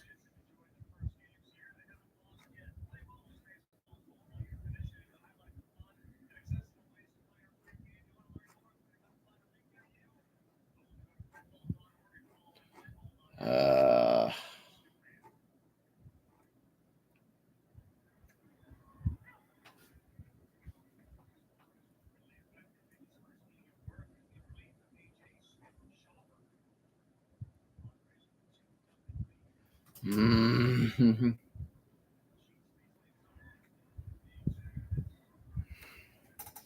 Where the heck did my freaking board land? Dag nabbit, I am. Well, at least the Braves was the backup for me losing my sanity. At least that's the backup plan, and it's working. 1 out for Jose Suarez. He got 3 strikeouts. He got 3 strikeouts more quickly than Smith Shawver today. But yeah. So this is a conversation. So apparently, like the Yankees are. Apparently, they're using bats that have like a wider barrel. Yeah, torpedo it here. I like that. 907 feet. And that is a definite ball right there. That's a ball right there.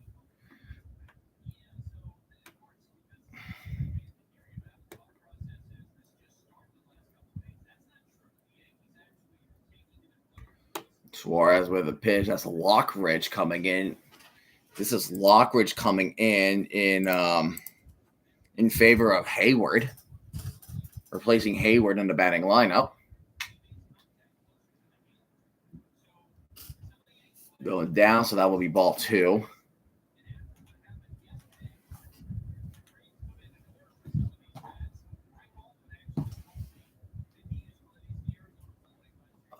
Suarez on the 2-1 count. And make him chase it, so 2-2 count now.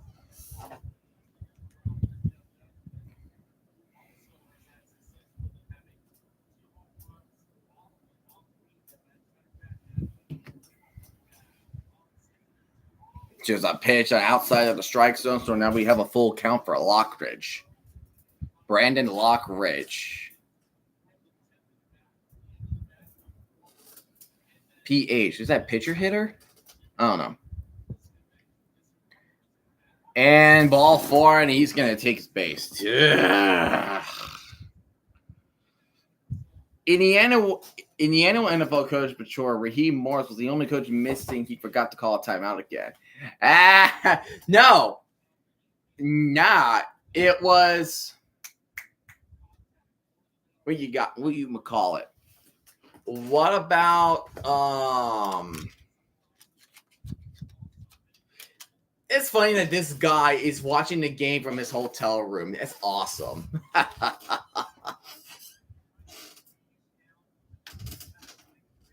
It's amazing.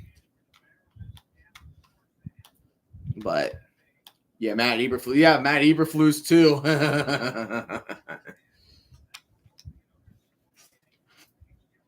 Here comes the pitch. Whoa, they called that a strike. That was outside the strike zone, and they called that one a strike. Interesting call. Not good for Elias Diaz. Pico was in the middle of 2 hard balls. You're funny. You're funny. And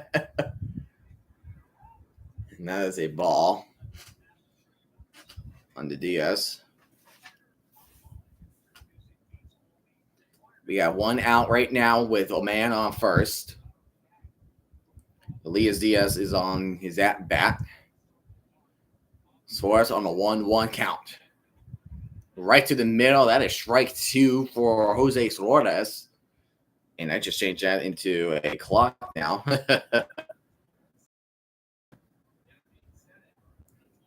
1-2 count.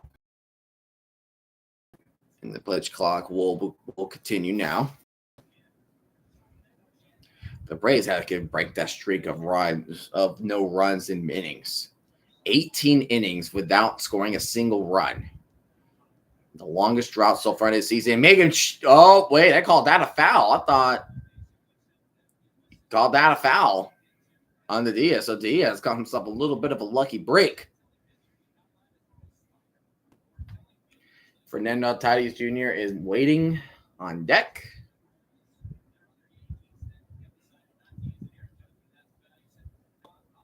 So, oh, what the hell? Save successful. Thank you. And there's a hit that's by RCA, and you got a double play. There we go, guys. That's what I'm talking about. There's the double play. There we go.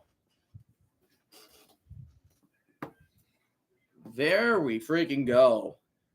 We are 2/3. We are 2/3 in of a game. And now we have reached the 7th inning. The Braves now have 3 more chances to try to either attempt a tie or take the lead over the Padres. It's still a close one. A close 2-0 game. So, all right.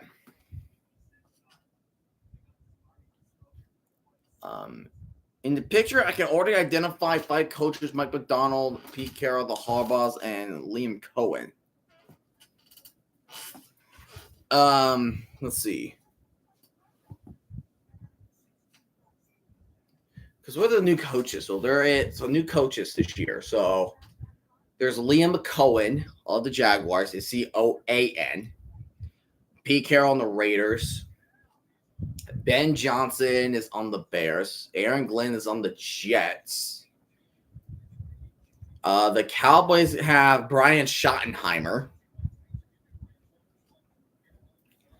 And I think those are the new head coaches so far. And they're I think that's it. Because it was Saints, Jets, Raiders. Raiders Pete Carroll. This is another thing I'm realizing. The commercial breaks for these baseball games are quick. They're quick. Those are quick. These are quick commercial breaks.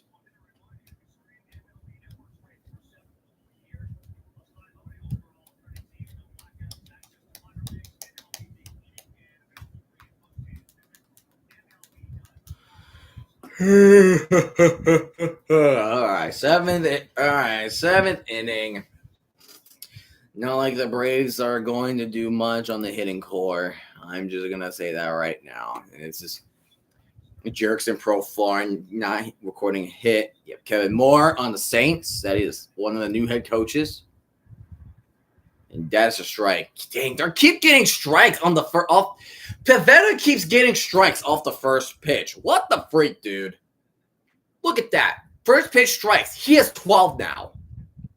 And he has faced 19 batters. Unfreaking believable. Kevin needs to pass the ball.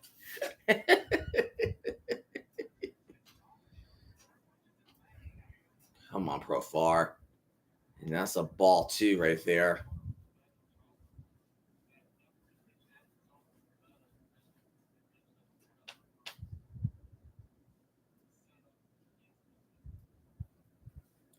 Two 2-1 count for Pivetta.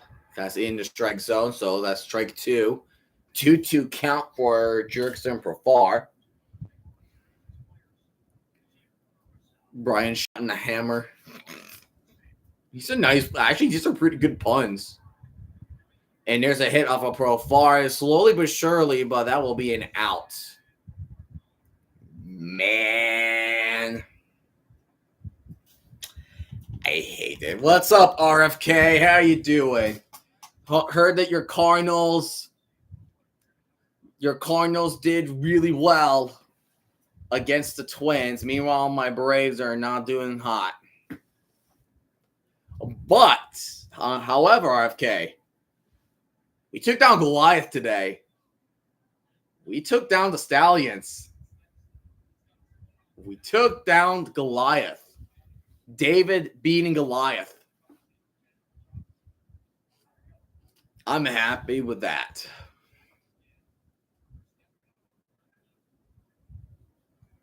Austin Riley's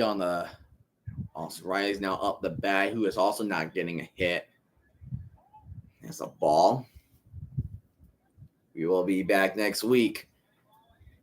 Oh, hold on. Profar stepped on Luis Reyes' right foot. He stepped on his heel. Uh-oh. Austin Riley, oh my gosh. He caught that, but wow, what a catch by Machado. Well played. For a second, I thought he was hurt.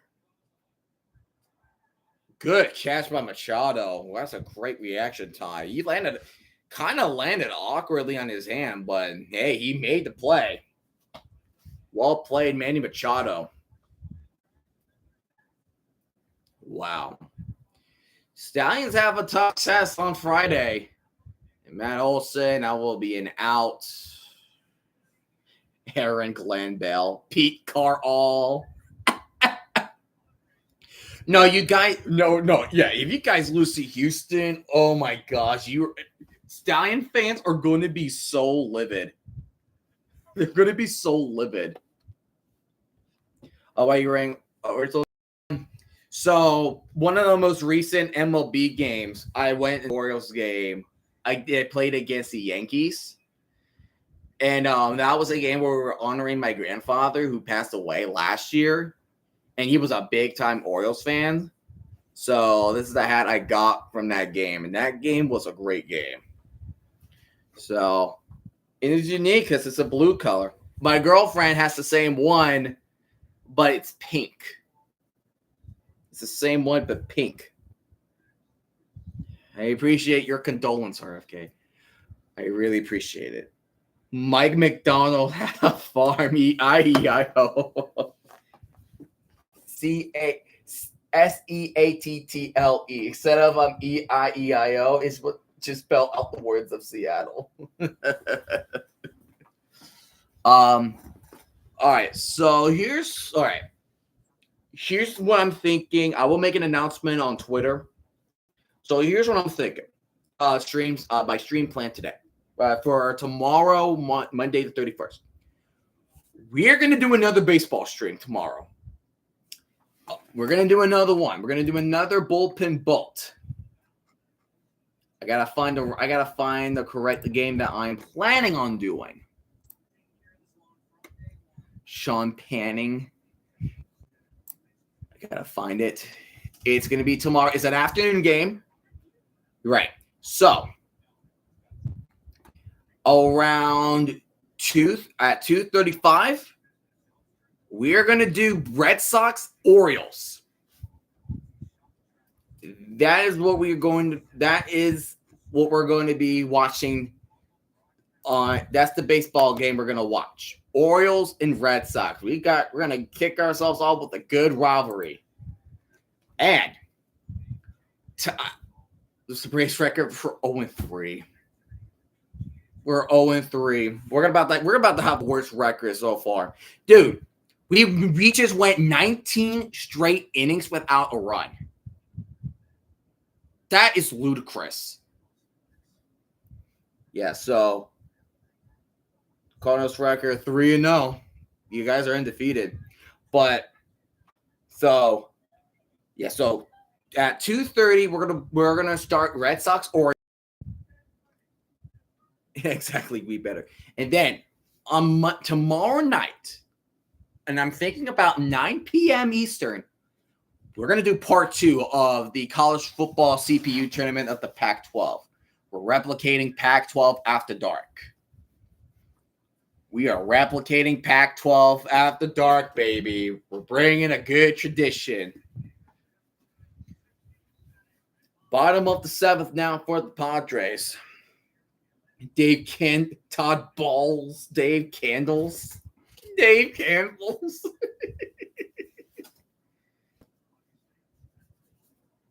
Dave Candles. No, Nick Pivetta did great today. Like, great pitcher. He's a great friggin' pitcher.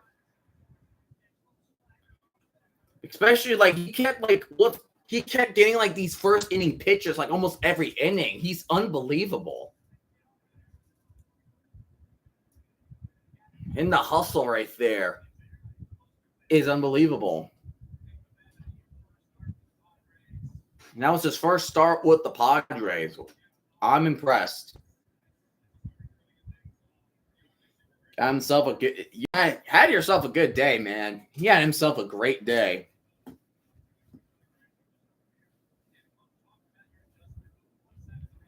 John and Jim are playing with the hairballs. I'm gonna finish the NASCAR race later. I recorded it before I left for church at night. Amen to that.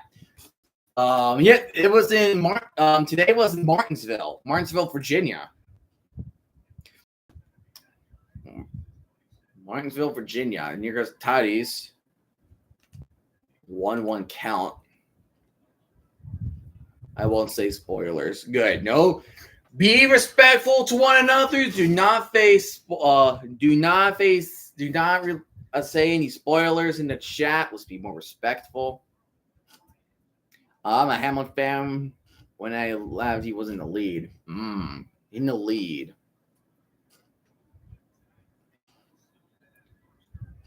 Suarez with a 2-1 count.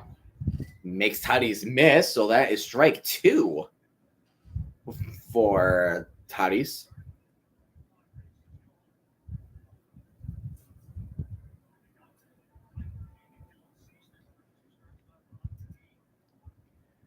Signaling to get the pitch clock started.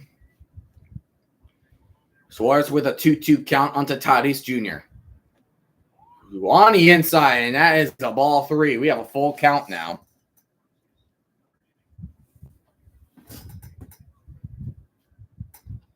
Double walk and a run.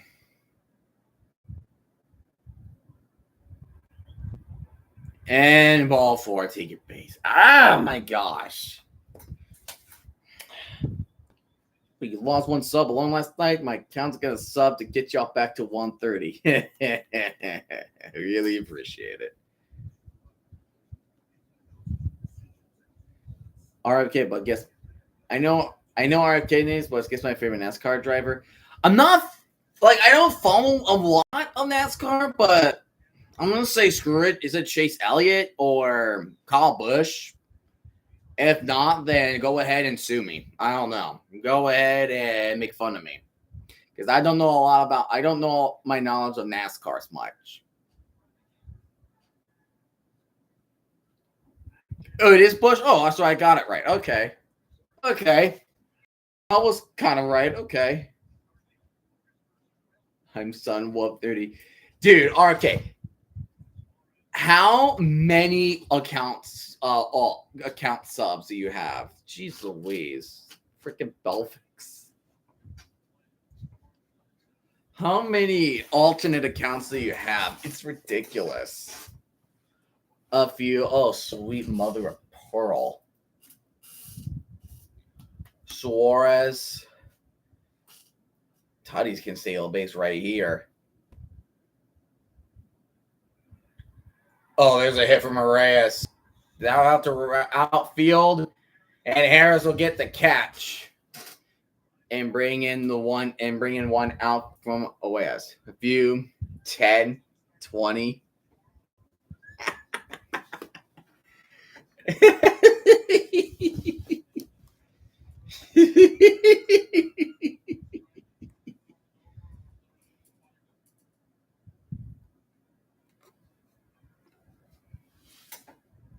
It goes on and it goes forth.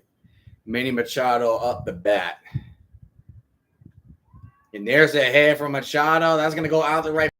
Catch up, and he does. And he's going to throw it back to first base. But it was all target up the bag, so Tatis is safe for now. But there's 2 outs of the Brave for the Padres with a man still on first. Good chase for the ball by Arcia.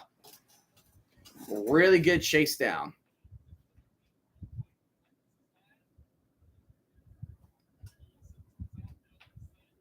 Do a Sean McVay pun. Sean McHayes. Sean McHayes.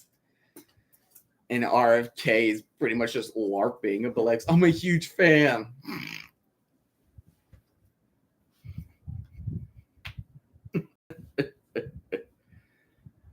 Jackson Merrill, he's going to start off with the ball.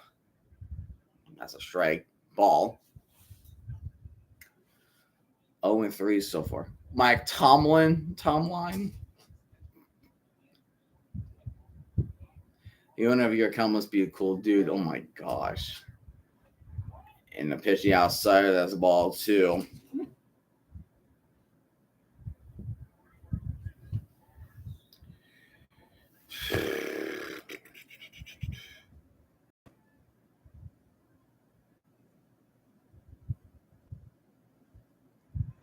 And there's a hit from Merrill, and he's a deep one. And it hits the wall. Tatis going to come sprinting around. He's home. And that's a run for the Padres. 3-0 Padres now.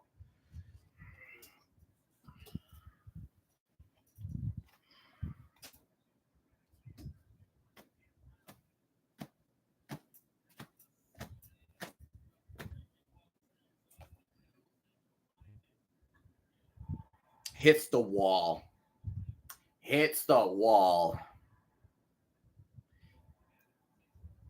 Tatis is freaking fast. Look how fast he's going. Jeez Louise. That man fast. He's going fast. First of all, that took him 10 seconds.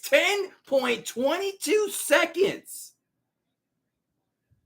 Dude, that's fast.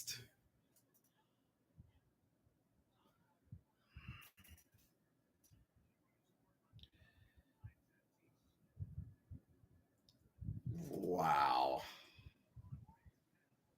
I'm in disbelief now. What a freaking hit by Merrill. What a freaking hit by Merrill.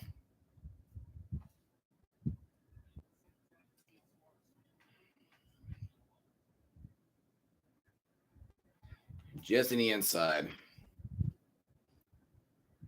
Most common first names in the NFL coaches is Mike and Sean. I mean, there are a lot of Mike and Sean's.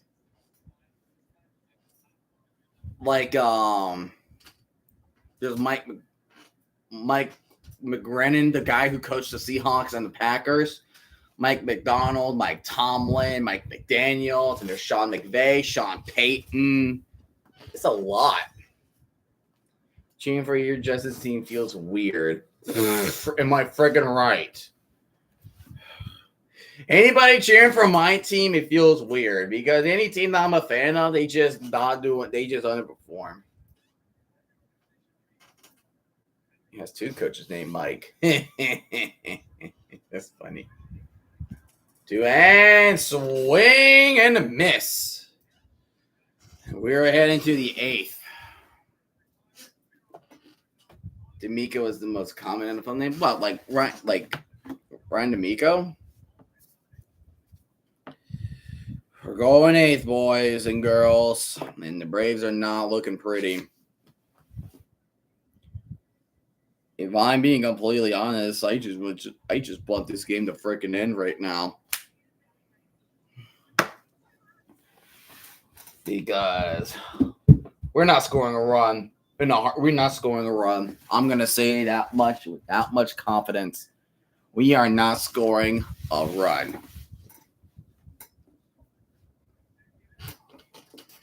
Pete McDonald. I say get one. No, freaking Their freaking pitcher killed it. Nick Pivetta killed it today. Like he made the Braves lineup look like little leaguers. Like they're in the little league.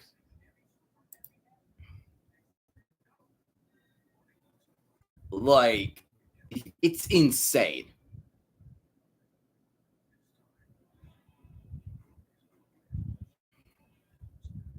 I know he stopped pitching now, but Nick Pivetta did a dang good job. Dang good job.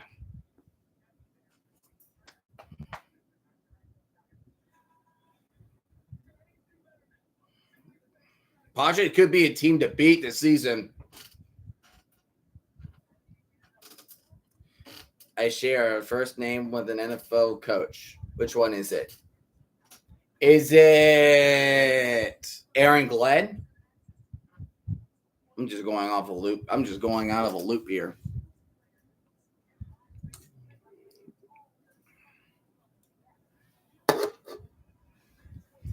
Nick. So you're a Nick. Nick like Nick Sirianni. The Braves are one of the 4 NFL teams who did blank so far this year. Yeah, Nick Saban or Sirianni. Yeah.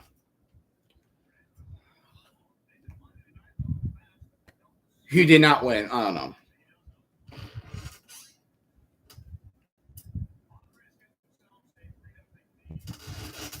Hey, RFK, Sunday Night Baseball, Cardinals, Red Sox. Is it no. Is it Kevin Moore of the Saints? And there's a new pitcher for the Padres named Jason Adam. Tugboat is guessing Mike. And there's a change up to Marcelo Zuna. I'm guessing Kevin Moore. I don't know. Oh, that's right, Jim. It's Jim. That's right, Jim Harbaugh. I completely forgot that your X account has your real name on it. I completely forgot about that. Now you mention it. 3 balls now for Marcelo Zuna.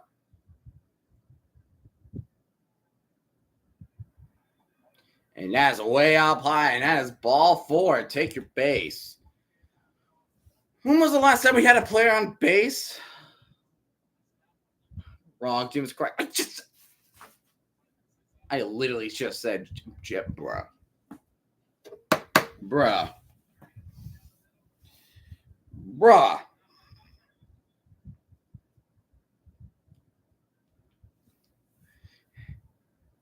First base, Tugboat. Yep, first base. Oh, well, that was outside. Ugh, on the Albies, too, of all players.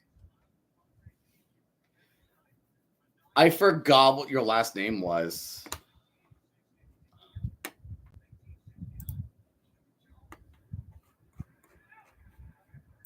Let me see what your last name. Oh, okay. I would think that would be your last name. Yeah, that's what I was thinking too. 0-2 count now, but now was 1-2. Braves probability of winning is 10%. Not looking good for the Braves. Not looking good whatsoever.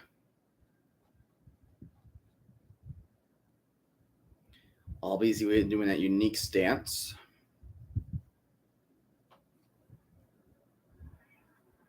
Whoa. And there, it wasn't a strike zone when he called that a ball.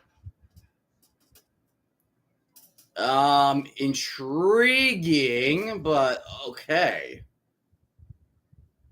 Jason Adam on a 2-2 count. Way freaking inside. That's ball 3.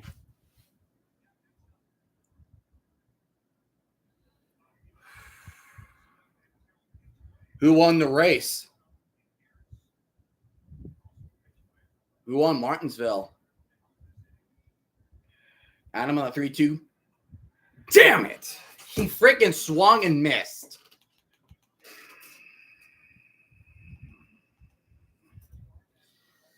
What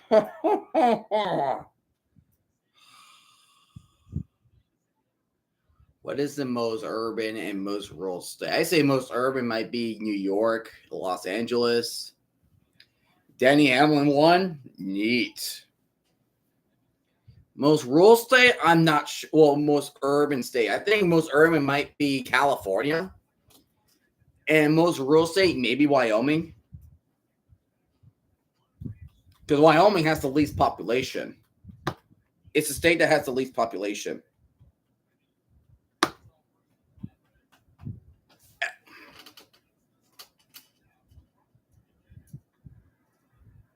Whoa, it bounced off Adam on the leg, and he still got out. Are you serious? Why did you run past second? He ran past. Oh, my jeez. Oh, God. This team freaking sucks, man. This team sucks. What the hell was RC? What the hell was Ozuna doing? What? Why did you run past second? Why did you run past second? This freaking team is not going to be in the playoffs. I can guarantee that right now. I will be in complete shock if the Braves make it. They are so bad. So bad.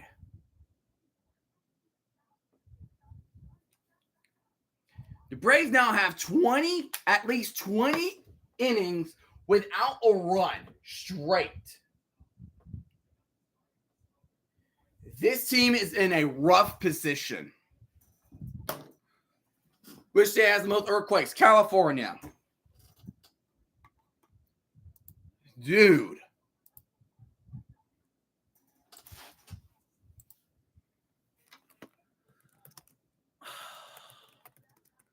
What in the hell, dude?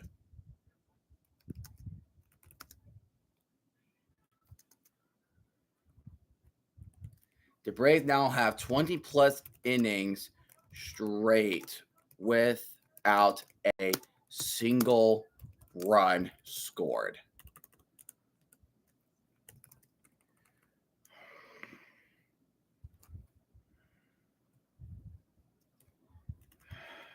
And we play the Dodgers for next series.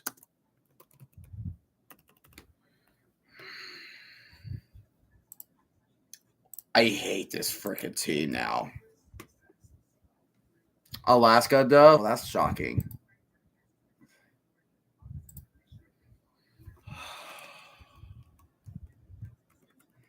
Braves are trash. They are freaking trash.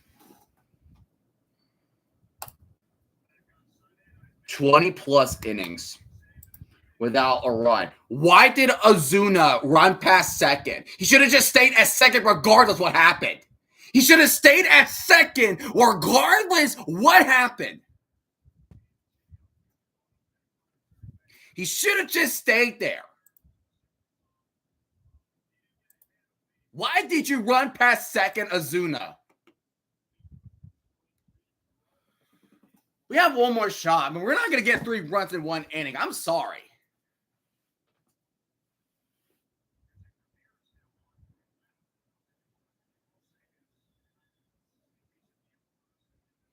And as near as that is the pitcher now, the new pitcher.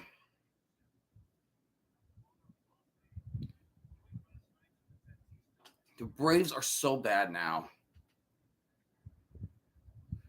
I know I'm not an expert on baseball but from what I'm seeing right now, it is garbage.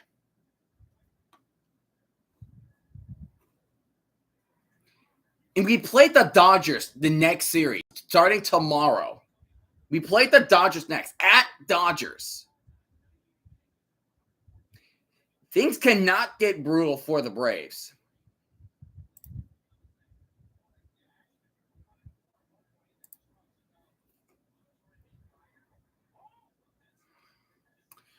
I wasn't even paying attention to the freaking pitch counter. For Xander Bogaerts on that bat.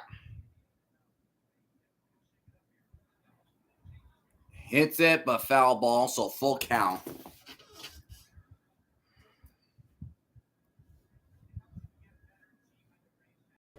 Every NL East team is going to be freaking jumping with joy. Sitting dead freaking last of the NL East. Never thought I would know seeing the day, because I had not seen the Braves being in dead last for such a long time.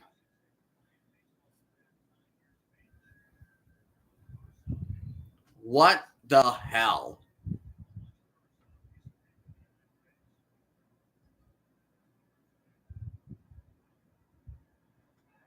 Handball 4, take your damn base.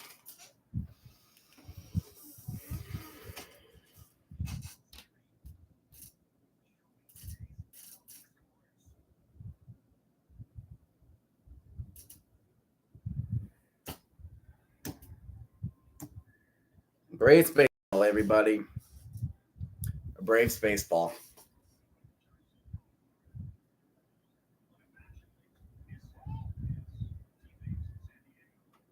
We are now the worst team. We are the worst team. We are the worst freaking team in this season. We are 0-4. We're 0-4. We have the worst record so far. Man, the Dodgers, we could go 0-7 or 0-8. Then we have to play the Marlins.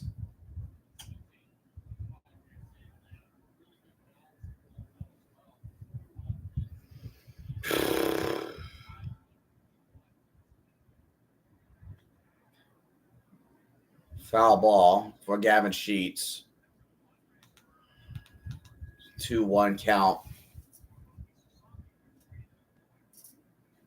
Padres had the best record after All-Star break, 43-20.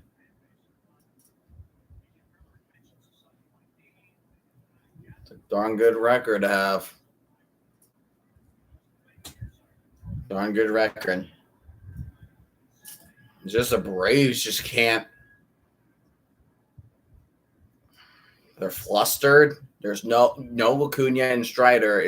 The absence of Acuna and Strider is really impacting this team. And he's stealing and way off the bag. God darn it. Darn it.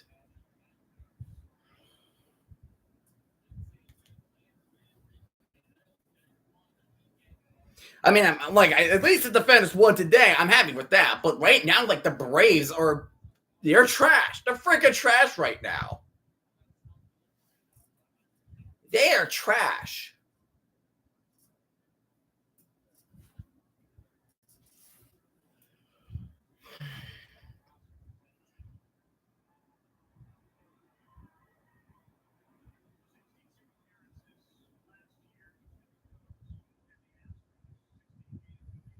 Three-one count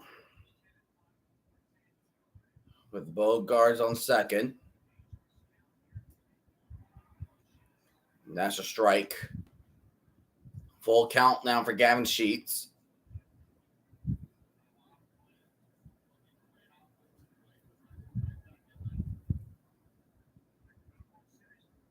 I do like their camo uniforms. I think they're really good.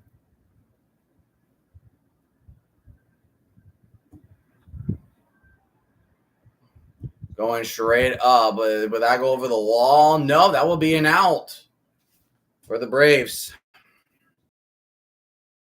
Be brave to win. Yeah, they're not brave. They have not been all this series. They were more like cowards. Braves are playing more like cowards than they are brave.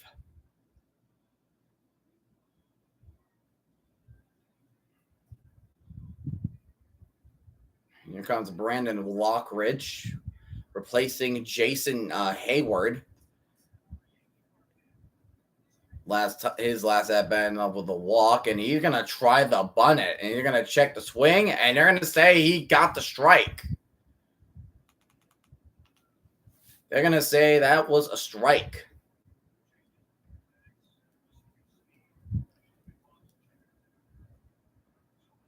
Well, your only good team is Oregon. Well, yeah, right now, Oregon.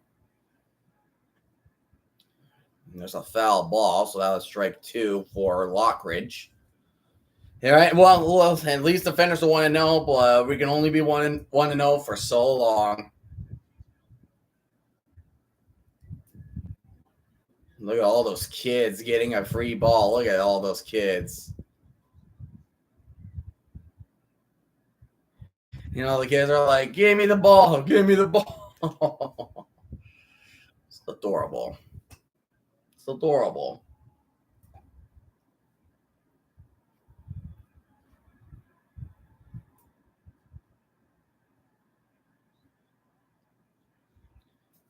They're doing away when there's a hit, but that's also going to be foul ball. That would be another foul ball. So we're still stuck at the 1-2 count for Brandon Lockridge.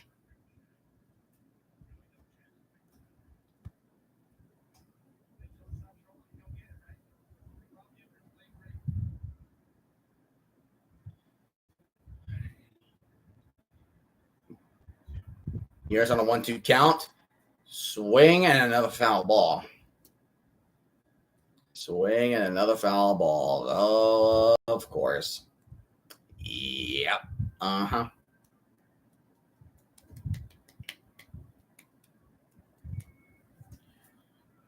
Bogart's still on second.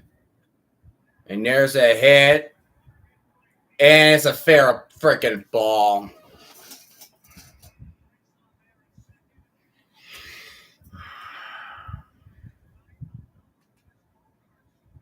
Another run for Bogarts, too. See no Gith. See no myth.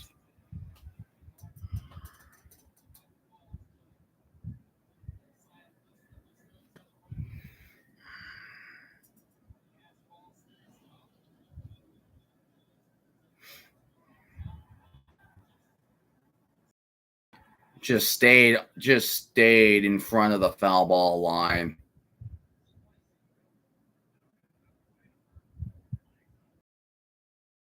Five doubles by 5 different players today. Strike.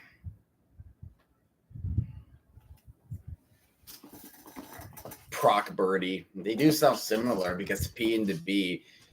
You know, I have no idea how elementary school students can get P and B confused or B and D's. You have no idea how often they can get those confused because I've seen them getting confused by that a couple times.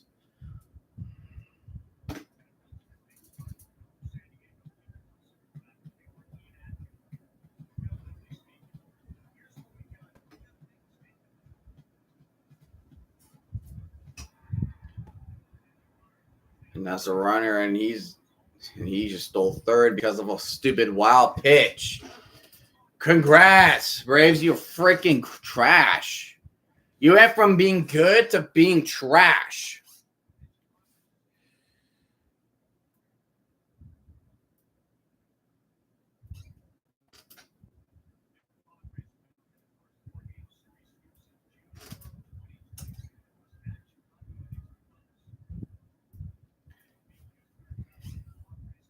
Magic Mahomes. And that's a strike 3. You're out. 2 outs, struck out looking. That's why the K. If you wonder why the K backwards, so at least he's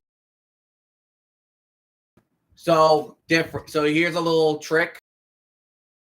But a regular K means a player struck out swinging. A backwards K means a guy struck out looking. And here comes Tatis Jr. up the bat, a guy on third. Like, think of it like a batting stand, acting like it's a K. Like, if you look at Tatis right now, it kind of looks like a K. The stance looks like a K. Ooh, got Tatis with a splitter. Jetty Dones. The Marlins are winning the NL. Wow. The Marlins are winning the NL East. Okay. And a line drive right over Riley. And he's going for second. And he got out, though. I thought that was a. Wait, I was about to say, like, that was a score.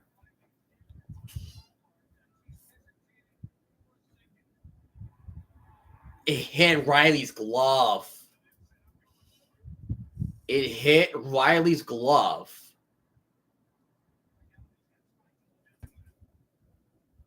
No, that's out. That's out.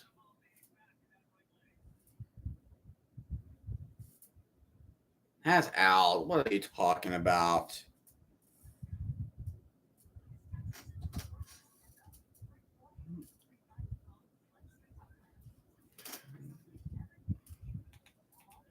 Come on, that's out.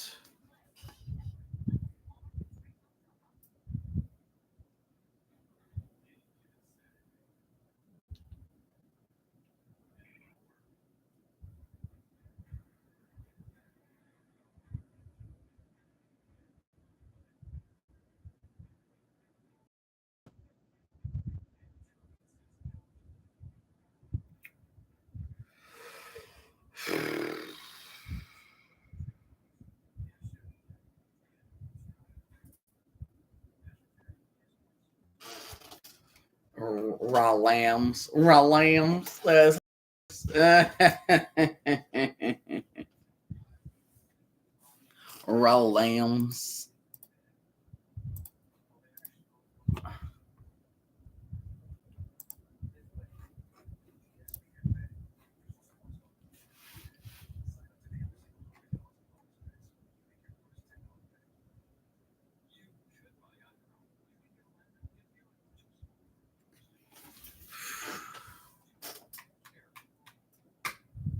Devonta Vegas Raiders. Oh my gosh! I just realized for the for all UFL matchups, it's 0-1 versus 1-0 teams. That is going to be fun. That's going to be so much fun. Brahmas and Battlehawks, Stallions and Panthers are the only conference games that you're going to get. I will definitely showcase I'll do a preview of the UFL games before we sign off. We sign off tonight. Yeah, good. So, well, the Braves outwon, but we know the Braves are not going to win tonight. So, will you stream a Cardinals game? I was trying to think about what can I do for the Cardinals. I'm trying to think of what can I do. So who do Cardinals play? They play Angels. They play Angels. Strike one. Detroit Lions. There is a 115. Well, I'm going to be hanging out with my girlfriend at 115 at that time. So, dang it. I don't think Tugboat has a MLB team. What about Friday? I can try. Was it Friday? What game was I about to do Friday? I can try Cardinals and Red Sox on Friday instead. I could try that game. I'll do that one starting at 2. I can do that one.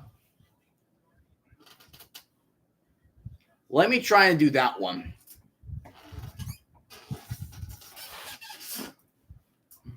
Yeah, let me go ahead and do that one.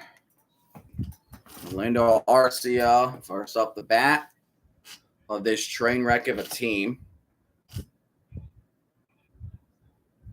1% win probability, freaking golden.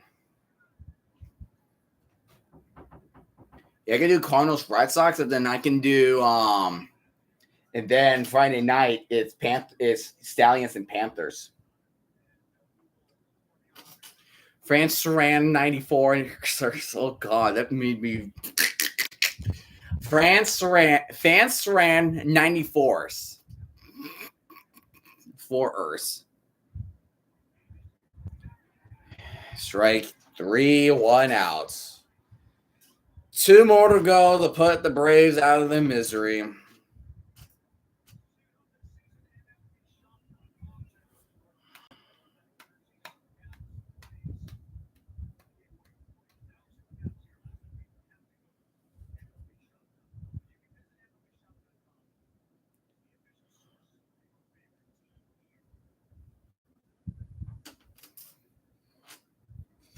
Jared Kelenic, and already first pitch strike. Freaking wonderful. Freaking wonderful.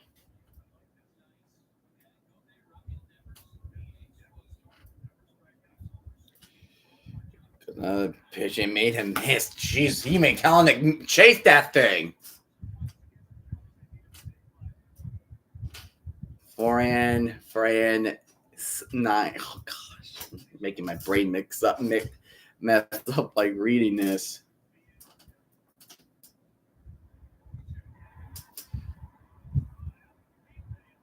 And strike 3.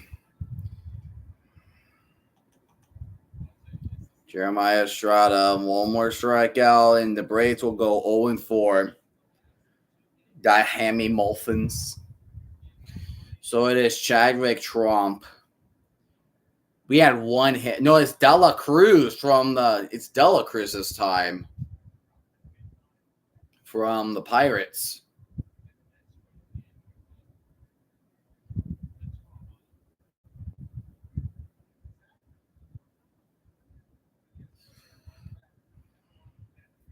I just want this game to be freaking done and over with. Jay Norkietz. Here's the other De La Cruz brother coming out of the Pittsburgh Pirates.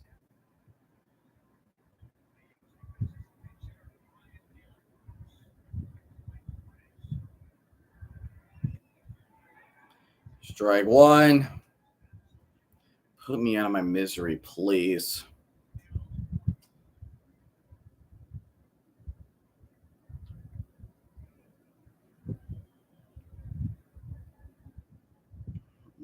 One count. Strike 2. He swing and missed. Minnesota Vikings.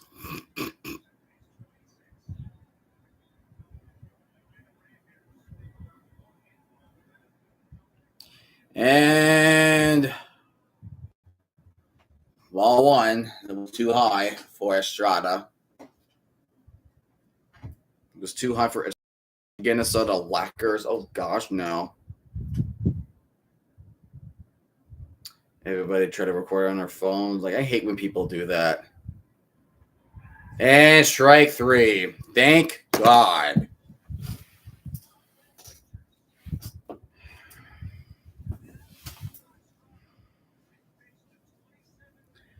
Thank God that's over. What a what a disaster. That was a disaster. That was one of the worst Braves games I think I've seen.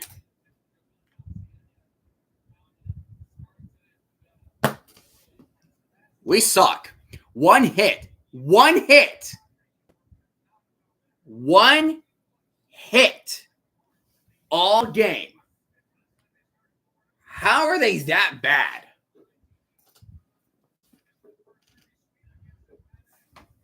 Padres host the Guardians, and the Braves are traveling to Dodger Stadium. Where's my freaking red marker? I'm trying to set up for tomorrow already. That was garbage. That was garbage.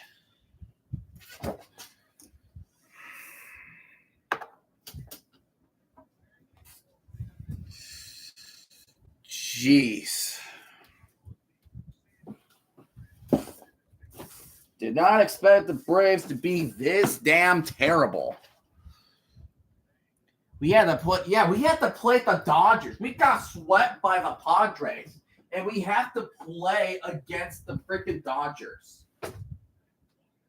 It's like how brutal of a schedule do you want it to be? Freaking unbelievable. Braves are the worst team. Starting a season at 4-0 and being 0-4 it's a catastrophe. I don't think that's the problem. We're not going to get that win.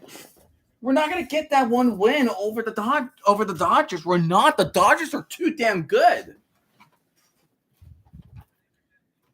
They're already doing a lot better than what we have been doing.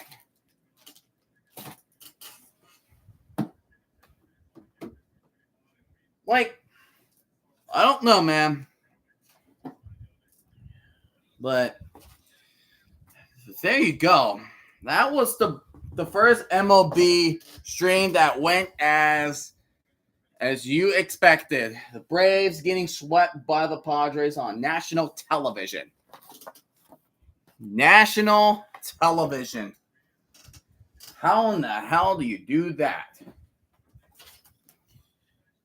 Especially for a team that was expecting to be so good at getting swept by a team that eliminated them to a team that eliminated them in the freaking wild card last year.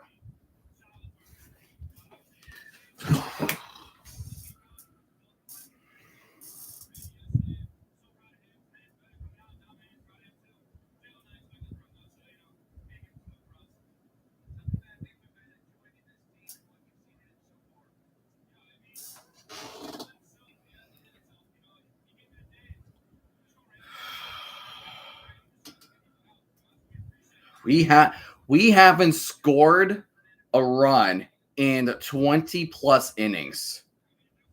That is the most shocking statistic I've ever seen in a baseball game. We have the longest drought. Seriously.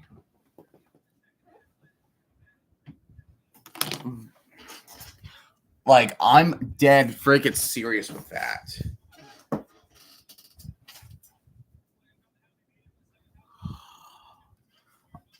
The best part of the game today was that it ended. That's the best game. That is the best highlight, in my opinion. The fact that it ended.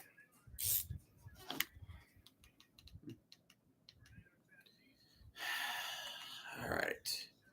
Well, for the next game, ladies and gentlemen, and I got to make sure that I have gotten the home and away teams are together. So the next game we're going to do another baseball game involving the Red Sox and the Orioles, the AL East rivalry.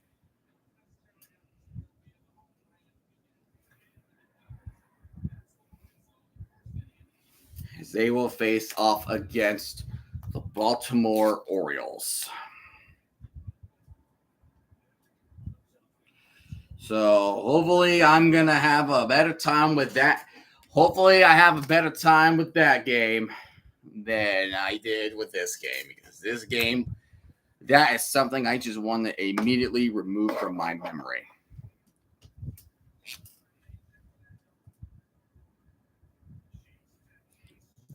I do not ever want to think of that game ever again.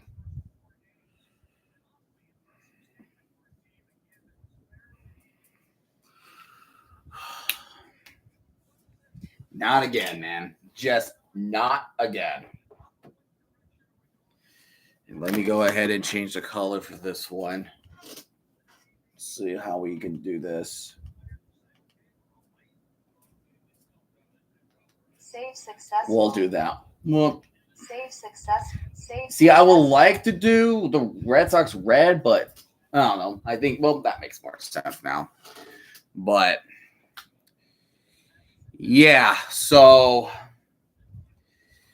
next baseball stream will be tomorrow at 2:30. And then after that, at 9 p.m., we're gonna attempt to finish. We're gonna do the second part of the. We're gonna do the second part of the Pac-12 tournament on College Football 25. So hopefully I'll see you guys in both of those streams. I'll make an announcement tomorrow morning. Thank you guys so much for seeing a content creator suffer for streaming baseball for the first time. I really appreciate it. I'll see you guys tomorrow with the Red Sox versus the Orioles and College Football 25 CPU tournament. Jesus is Lord. Jesus love. Praise Jesus. I hope you guys have yourself a blessed day and have a great rest of your night. Have a good night, everybody.